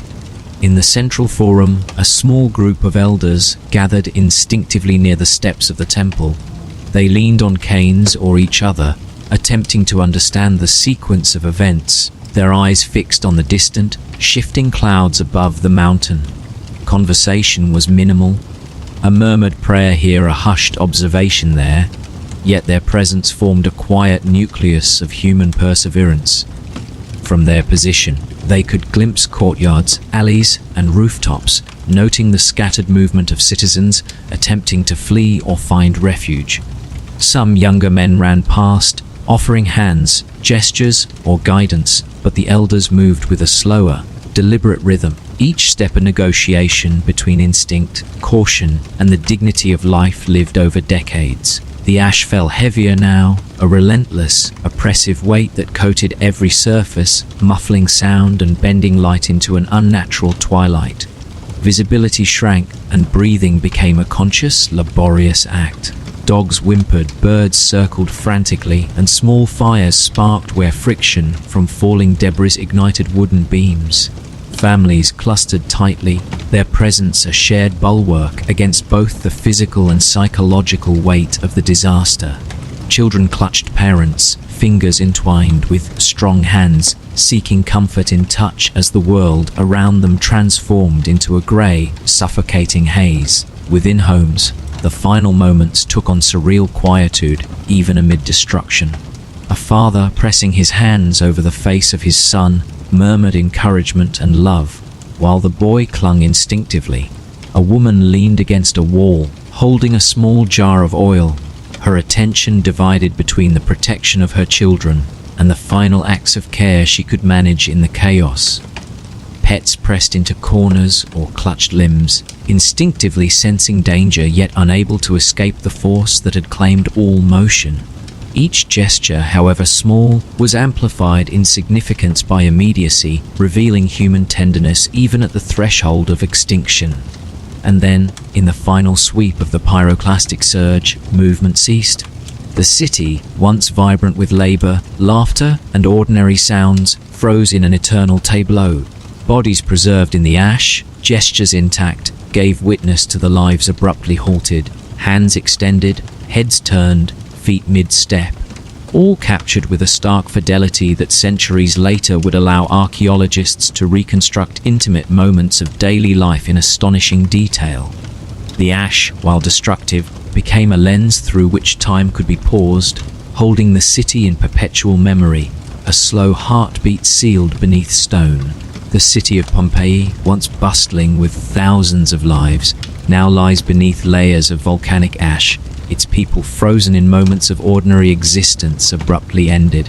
Scholars estimate that roughly 2,000 souls perished in the eruption of Vesuvius in 79, though the exact number remains uncertain.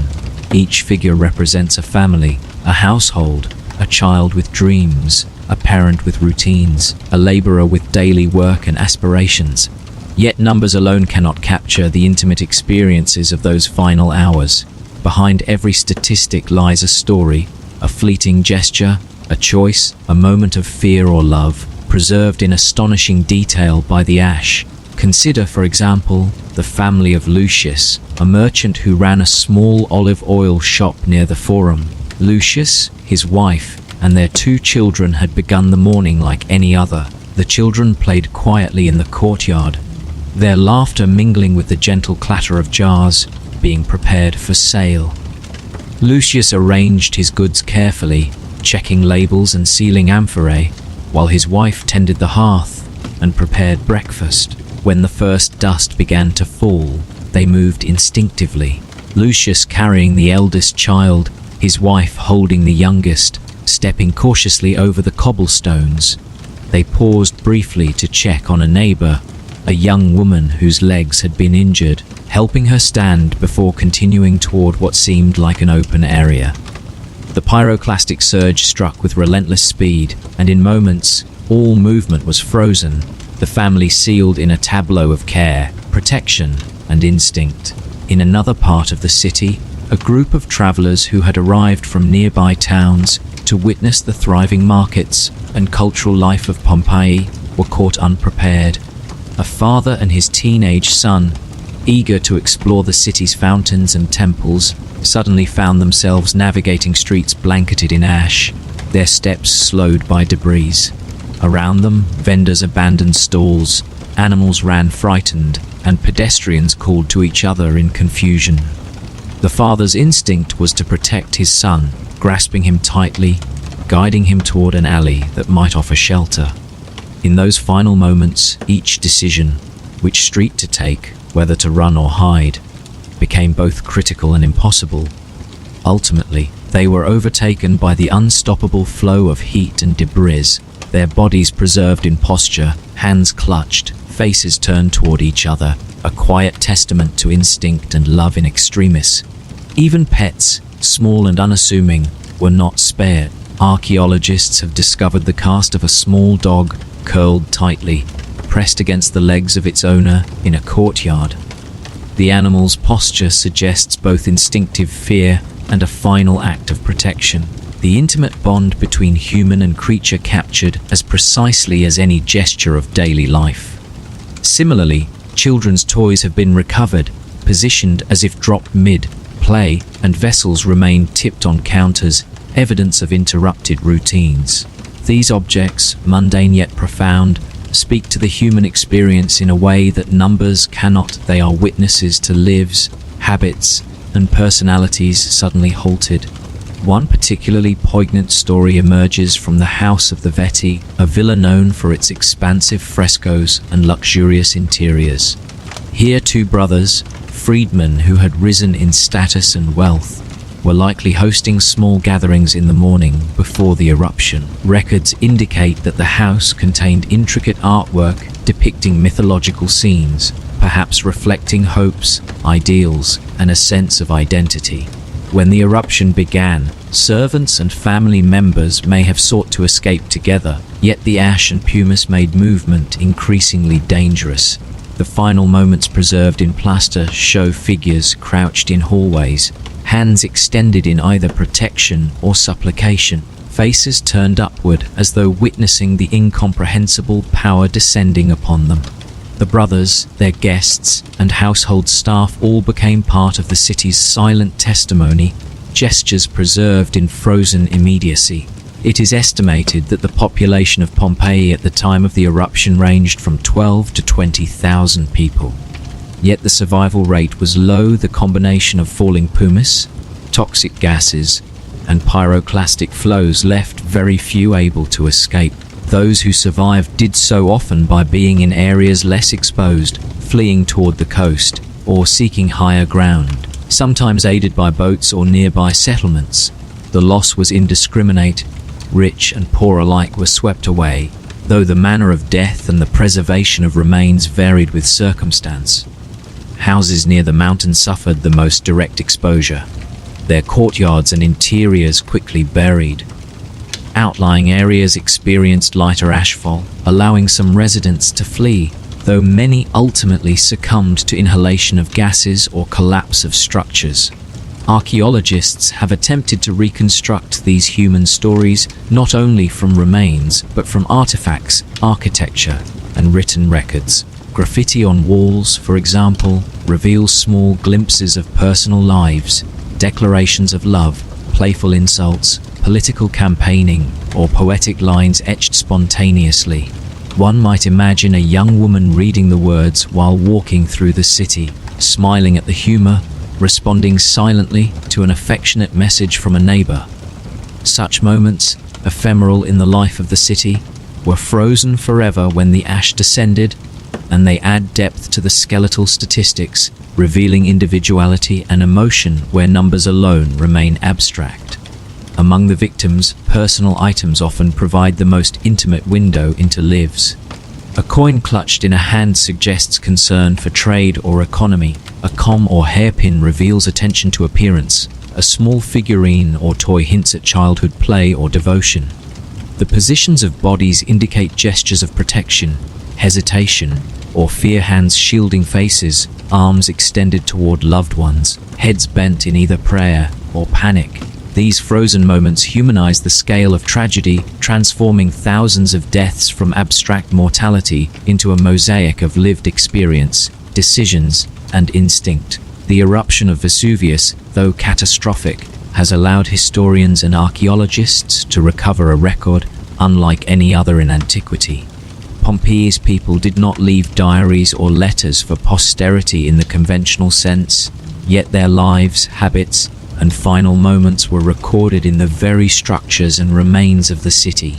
Scholars can reconstruct entire households: the mother preparing breakfast, the father tending his shop, children playing, servants performing daily tasks, neighbors exchanging greetings, friends enjoying leisure.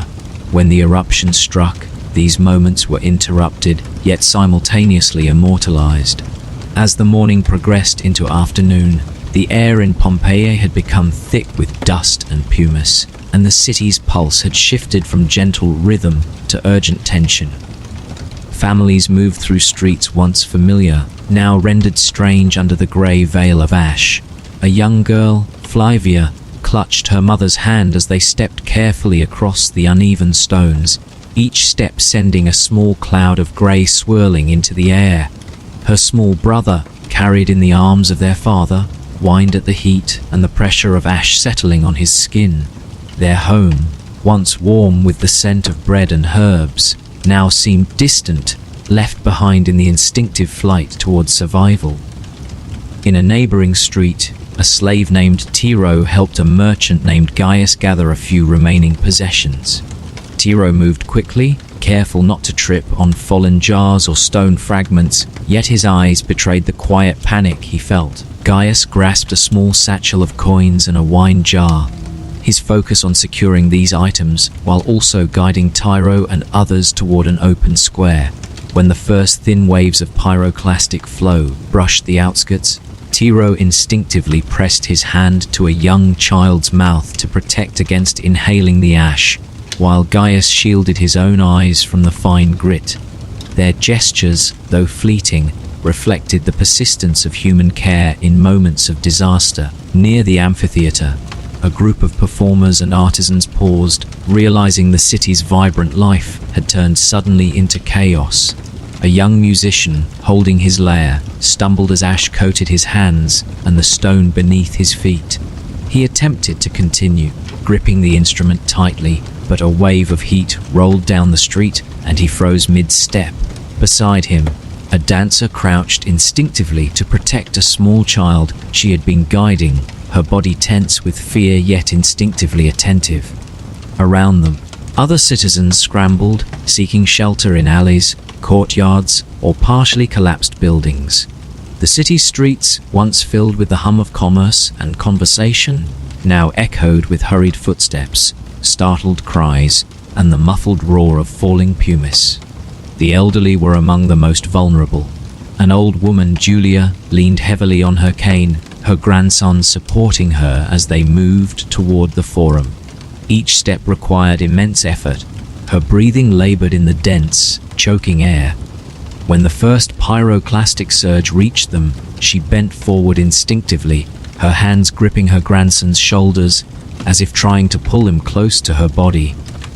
In that instant, both were frozen by the sudden heat, their forms preserved in the ash for centuries to come. The tenderness of her gesture, the instinct to protect even as survival became impossible, is one of the countless intimate moments captured in Pompeii's ruins. Children's experiences, fragile and vivid, are recorded in subtle ways. Small toys left in courtyards, tiny cups toppled mid-meal, and playful graffiti scrawled across walls, all speak to lives interrupted. A boy named Marcus, perhaps no older than 10, was discovered curled beside a doorway, a small dog pressed against him. The child's hand had been extended toward the door, as if he had been reaching for escape, while the dog's posture suggests protective instinct. In other courtyards, infants clutched by mothers, or toddlers held tightly by fathers, reveal the instinctive priority of care in moments of terror. Each preserved posture tells a story of love, fear, and instinct that no written record could fully convey. Merchants, too, faced impossible decisions. A wine merchant named Lucilla abandoned her stall, grabbing a few coins and a small jar of oil, only to be overtaken by the rising ash. Her servants, trained to anticipate danger and protect their masters, attempted to guide other citizens as well, carrying children or elderly neighbors when possible. In one tragic scene, a servant reached out to lift a fallen man to safety, but was themselves struck by the relentless heat. The frozen gestures, a hand extended, a bent head, a foot mid-step, are captured in the casts that archaeologists would uncover, giving voice to decisions made in panic and determination. Even the city's animals played a role in these final moments. Dogs pressed against their owners, horses panicked in stables, chickens and small livestock scattered or huddled in corners. In some cases, their preservation alongside humans offers insight into the closeness of Pompeii's residents with their animals, their instinct to protect them even as catastrophe approached. The ash recorded every detail: a dog curled beside a sleeping child, a horse's hooves mid-stride, the tense posture of a cat as it tried to flee a collapsing roof. These are moments of connection, instinct, and care preserved with startling clarity. The total number of lives lost remains a matter of scholarly estimation, but the stories behind each loss are illuminated by archaeological evidence. Scholars estimate that around 2,000 people perished directly within the city, though many more fled and survived, and others succumbed in nearby areas due to ashfall, suffocation, or trauma. Each victim represents more than a statistic: a family disrupted, a household ended, a life abruptly frozen in its routines, hopes, and gestures. While numbers help contextualize the scale, the preserved details reveal the humanity behind the disaster, the small, ordinary acts that persisted even as survival became impossible. In the House of the Faun, one of Pompeii's largest villas, the preservation of bodies alongside lavish mosaics provides a stark juxtaposition between wealth, culture, and mortality. Here, individuals were found in hallways, courtyards, and bedrooms, many in mid-motion, gestures frozen as if they had been paused by some invisible hand. A servant's hand reached toward a jar of water, a child crouched beside a table, an adult leaned forward in protection of another. These intimate details reveal a snapshot of life as it was abruptly ended, a mosaic of ordinary gestures amplified by the extremity of the eruption. In a quiet street near the northern gates, the family of Aemilia, a mother of 3, moved carefully through the ash-strewn stones. Her eldest son, Lucius, clutched a small wooden toy he had managed to snatch from his room, while her daughters, Claudia and Julia, pressed close to her sides, hands entwined with hers, as if tethered by instinct to the safety of her presence. Their father, Quintus, carried a satchel containing coins, an oil lamp, and a folded piece of cloth that had been prepared for emergencies but never used. The family's movements were cautious, each step weighed by the treacherous stones and the fine, choking dust. The air carried a faint sulphurous scent, thick and persistent, and each inhalation burned slightly in the throat and lungs.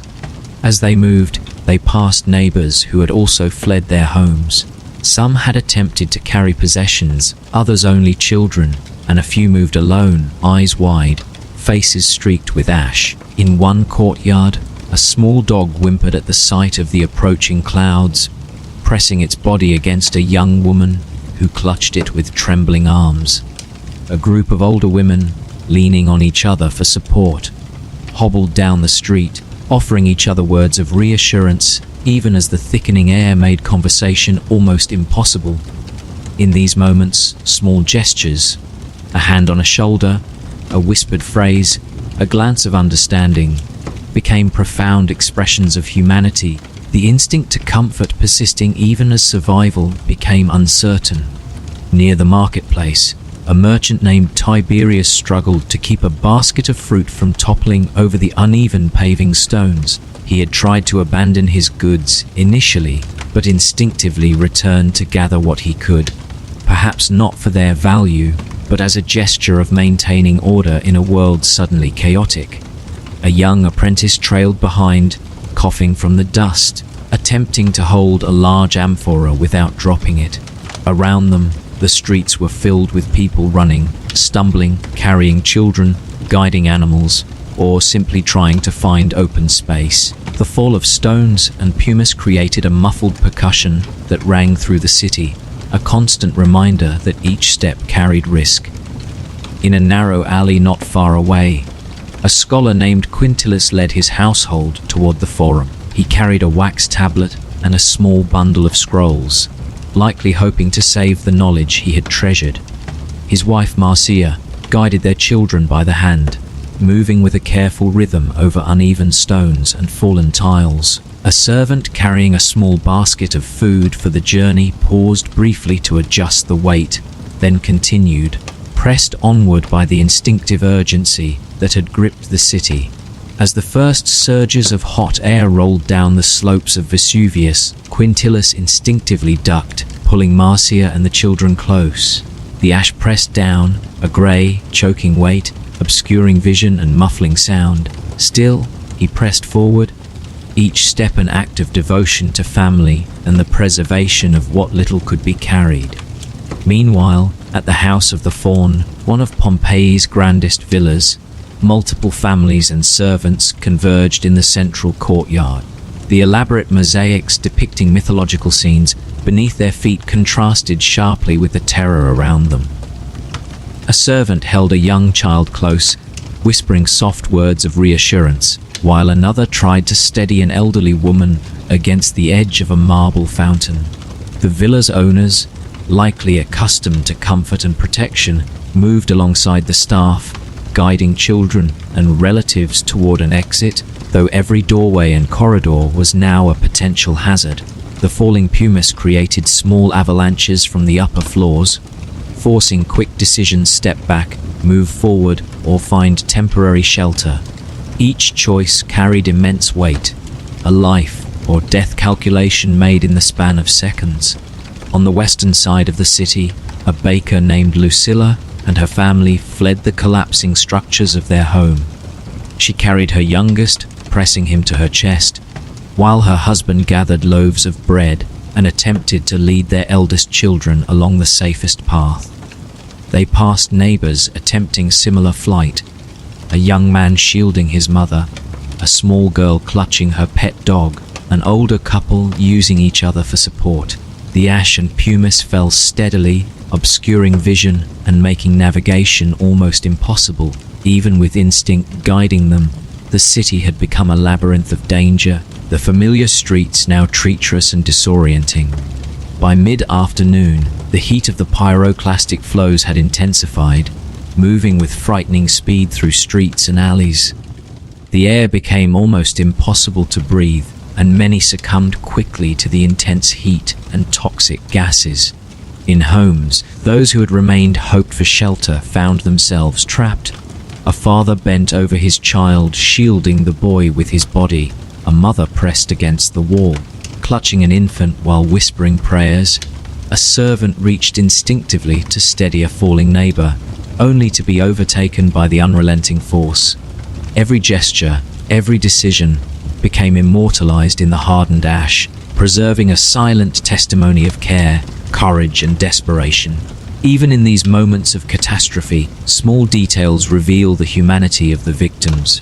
Children's toys remain scattered in courtyards, coins clutched in hands, hairpins pressed between fingers, small vessels tipped mid-use, pets pressed to owners' sides, curled in protective poses or frozen in instinctive fear.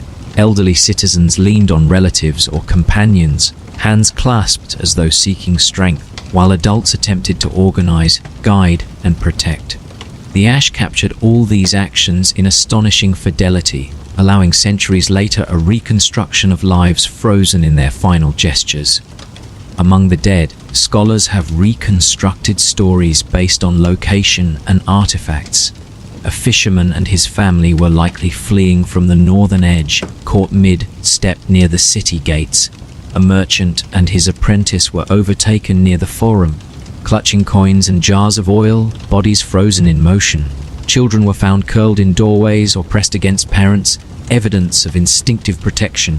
The preserved pets, dogs, cats, and small livestock reveal both the closeness of human-animal bonds and the instinctive drive to survive alongside their human companions. The eruption claimed lives indiscriminately. Wealth and status offered no immunity. Rich families in grand villas, servants in modest homes, travelers, laborers, children, and elders all succumbed to the same forces. The preservation of bodies and possessions offers historians a unique lens into daily life interrupted, showing gestures of protection, moments of care, and the persistence of routine even in extremity. Graffiti on walls reveals humor, longing, political engagement, and love, frozen against the backdrop of disaster. Every person, object, and pet captured in the ash contributes to a mosaic of humanity, allowing the tragedy to be understood not only as a number, but as a vivid collection of individual lives. By late afternoon, the city had transformed into a surreal twilight. The sunlight filtering through the thick cloud of ash was dim and reddish, casting Pompeii in muted, shifting shadows. Streets once filled with the chatter of merchants, the laughter of children, and the rhythmic clatter of carts were now filled with muted cries, hurried footsteps, and the relentless fall of pumice.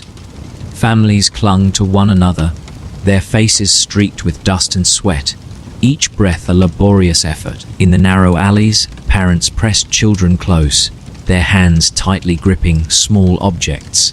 A coin, a toy, a piece of bread, gestures of protection, and the desperate hope that something familiar might endure. In a home near the Eastern Forum, a merchant named Sextus and his wife, Claudia, attempted to guide their children to the courtyard, hoping the open space would offer some safety. The ash pressed down relentlessly, accumulating on rooftops and walls, causing some structures to collapse with sudden, terrifying cracks. Sextus carried his youngest daughter, a child of barely 6, while Claudia guided their eldest son, urging him to move quickly yet carefully across the uneven stones. Around them, neighbors were engaged in similar efforts, an elderly man supporting his daughter, a mother shielding a small dog pressed to her chest, a servant carrying jars of oil, and a few personal possessions, all moving through the same oppressive grey haze. Near the city gates, a fisherman and his family attempted to flee toward the open fields beyond. His boat, tethered near the quay, would have provided a potential escape, yet the streets were so clogged with fleeing citizens and falling debris that movement was nearly impossible. The fisherman pressed his youngest to his chest, while his eldest tried to guide the family's small livestock, a goat and 2 chickens, along with them. Behind them, neighbors stumbled over stones, tiles, and broken carts, coughing as the fine ash settled into their lungs. Every step forward was hard-won, the instinct to survive battling the overwhelming forces descending from the slopes of Vesuvius. Children, in particular, were vulnerable and yet remarkable in their instinctive responses. A boy named Marcus, perhaps 8 or 9, was found clutching the hand of his older sister, pressing a small figurine against his chest. Their mother, holding an infant, moved beside them, whispering soft encouragement and holding tightly to the child's other hand. As the pyroclastic flow began to sweep more forcefully through the streets, the family attempted to duck behind a low wall for temporary protection. Marcus's sister pressed herself closer to him, while the mother leaned over the infant, a triangle of care in the midst of chaos. The ash preserved them in this posture, frozen for centuries, their gestures an eternal testament to instinct, love, and human connection. In a villa near the southern baths, 2 brothers, freedmen who had risen in wealth and status, attempted to save not only themselves but also their household staff. They moved through hallways and courtyards, guiding children, servants, and even the elderly toward an exit. Jars of oil, small coins, and personal effects were hastily gathered, though the pressing urgency of survival meant much was abandoned. As the ash fell heavier and hotter waves of gas began to press into the open spaces, the brothers held on to each other briefly, seeking comfort and clarity before the flow swept through the villa.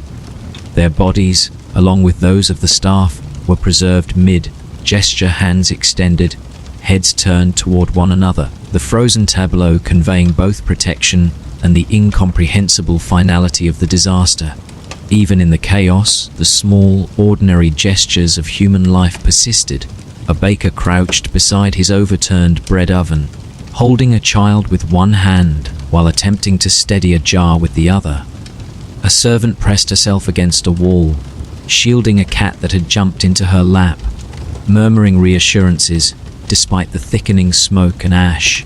Elderly citizens leaned on each other or on companions, walking with careful deliberation despite every instinct urging them to run. Dogs and small livestock pressed against their owners, instinctively following the rhythm of human movement. Even as the city transformed into a grey, suffocating labyrinth, the ash and pumice accumulated relentlessly. Roofs groaned and collapsed, walls cracked and crumbled, streets became slippery, coated in a shifting layer of fine stones and dust.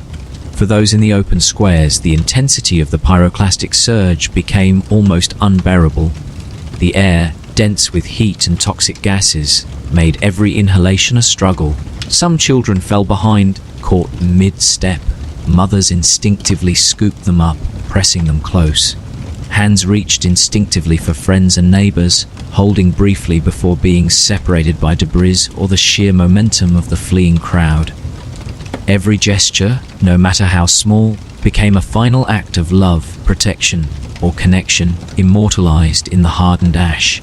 In the final hours, the city was reduced to silent, frozen motion.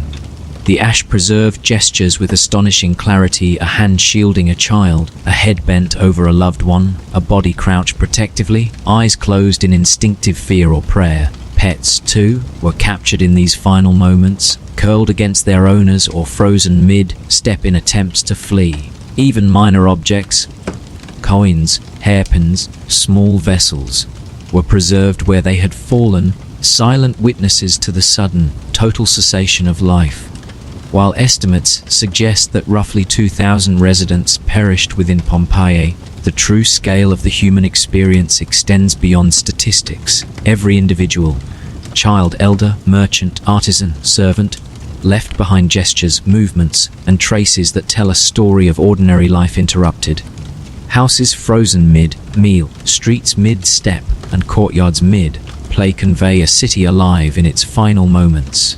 Archaeologists and historians, through careful study of plaster casts and preserved artifacts, have been able to reconstruct not only the physical layout of the city, but the intimate, human experiences that unfolded within it. The final hours of Pompeii unfolded in a slow, terrible rhythm, as if the city itself had drawn a long, final breath before sinking into silence. Families, neighbors, merchants, and servants all moved through the ash-choked streets, some in desperation, some in instinctive protection, all caught by the same unrelenting force descending from Vesuvius. The dust and pumice had thickened into a grey haze so dense that the sun barely penetrated it. Each breath became laborious, each movement deliberate. Mothers pressed children to their chests, fathers guided families through narrow alleys, servants lifted the infirm, and pets clung instinctively to their owners. Every gesture, every touch, became magnified in significance, a quiet testament to the ordinary love and care that defined human life even amid catastrophe. In courtyards and homes, moments of domesticity were frozen mid-action. A mother crouched over a spilled cup of water, adjusting her child's position while shielding the infant with her body. A young man attempted to steady a fallen piece of furniture, its collapse threatening to crush a small dog pressed at his feet. In the forum, merchants clutched satchels and jars of oil, trying to navigate streets crowded with panicked citizens. Children stumbled, then were lifted instinctively, hands clasped in trust. Elderly citizens leaned on younger companions, pressing forward with careful deliberation. Each frozen posture, captured in ash, tells a story of survival, care, and instinct, ordinary human life rendered eternal. Across the city, the pyroclastic flows grew in intensity. The first gentle waves of heat and gas became an unstoppable surge, sweeping through streets, alleyways, and homes. The roar of falling stone and collapsing structures mingled with the muffled cries of those caught mid-step. Individuals and families were overtaken in moments, bodies frozen in positions of protection, fear, or gesture. A father crouched over his children, shielding them with his body. A mother pressed against a wall, cradling an infant. Servants reached for neighbors in a final act of care. Pets pressed close to their owners, instinctively clinging even as the world around them disappeared. Among the wealthiest homes, the story is equally human and tragic. In grand villas adorned with mosaics and frescoes, families and staff attempted to escape together, gathering what belongings they could. Yet the ash and heat were indiscriminate. The house of the faun, the house of the Vetti, and other prominent villas became scenes of frozen gestures, a hand reaching for a child, a head bent protectively over a loved one, a body crouched instinctively against a collapsing wall. The preservation of these moments reveals a city not merely destroyed, but captured, ordinary gestures amplified by the extremity of disaster. In smaller homes, the stories are no less poignant. Children pressed to their mothers' chests, small dogs curled around legs, fathers carrying satchels and coins, neighbors supporting one another, and servants performing final acts of care, all captured mid-motion, frozen forever in plaster and ash. The ordinary details of daily life, toys, hairpins, coins, pottery, remained scattered across the city, silent witnesses to the human routines abruptly halted. Graffiti on walls, once playful or declarative, speaks to personality, humor, and relationships, all sealed in the same grey shroud. When the ash finally settled, Pompeii was transformed into a city paused in time. Houses, streets, courtyards, and public spaces were buried under layers of pumice, the ordinary rhythms of life suspended forever. The dead, estimated at around 2,000 within the city, were preserved in countless small gestures, hands shielding, heads turned, bodies crouched protectively. Pets remained at their owners' sides. Objects were frozen mid-use. The city, though silenced, became an eternal record of humanity, a detailed snapshot of life as it was and the sudden, unstoppable force that ended it. Centuries later, when excavations revealed Pompeii, the city emerged not as rubble, but as a vivid preservation of life. Frescoes retained their vibrant colors, mosaics illustrated myth and daily activities and objects. Cups, coins, jewelry, toys communicated the habits and priorities of its residents. Plaster casts of human forms revealed intimate gestures of protection, care, and instinct in the final moments. The story of Pompeii is therefore not just one of death, but of preserved humanity, ordinary people frozen in extraordinary circumstances, their lives, habits, and final gestures enduring across time. In reflection, Pompeii teaches us about the fragility and resilience of life. Its tragedy is a reminder that civilization, no matter how vibrant, can be swept away in an instant. Yet it is also a story of love, instinct, and human care, the mother shielding her child, the father guiding his family, the servant aiding neighbors, the pets clinging faithfully to their humans. Every gesture, every object, every frozen posture in the ash contributes to a story that transcends time, a story that continues to speak to us centuries later. The eruption of Vesuvius erased Pompeii in moments, yet preserved it for eternity. In the quiet of the present, we walk its streets through imagination and excavation, glimpsing lives lived, families cared for, and ordinary moments rendered extraordinary. It is a city of memory, a museum not only of objects but of human instinct, compassion, and fragility. The lives that ended here, though numbered in the thousands, continue to teach, inspire, and remind us of both the power of nature and the enduring dignity of human existence. Thank you for watching this long exploration of Pompeii, for journeying through its streets, families, and final hours. I hope you felt the lives, gestures, and ordinary moments preserved in this city, and the quiet humanity that emerges even in disaster. If you enjoyed this immersive historical narrative, please consider subscribing for more stories that bring history to life in detail and depth. Your presence here helps us continue exploring the past, one story at a time.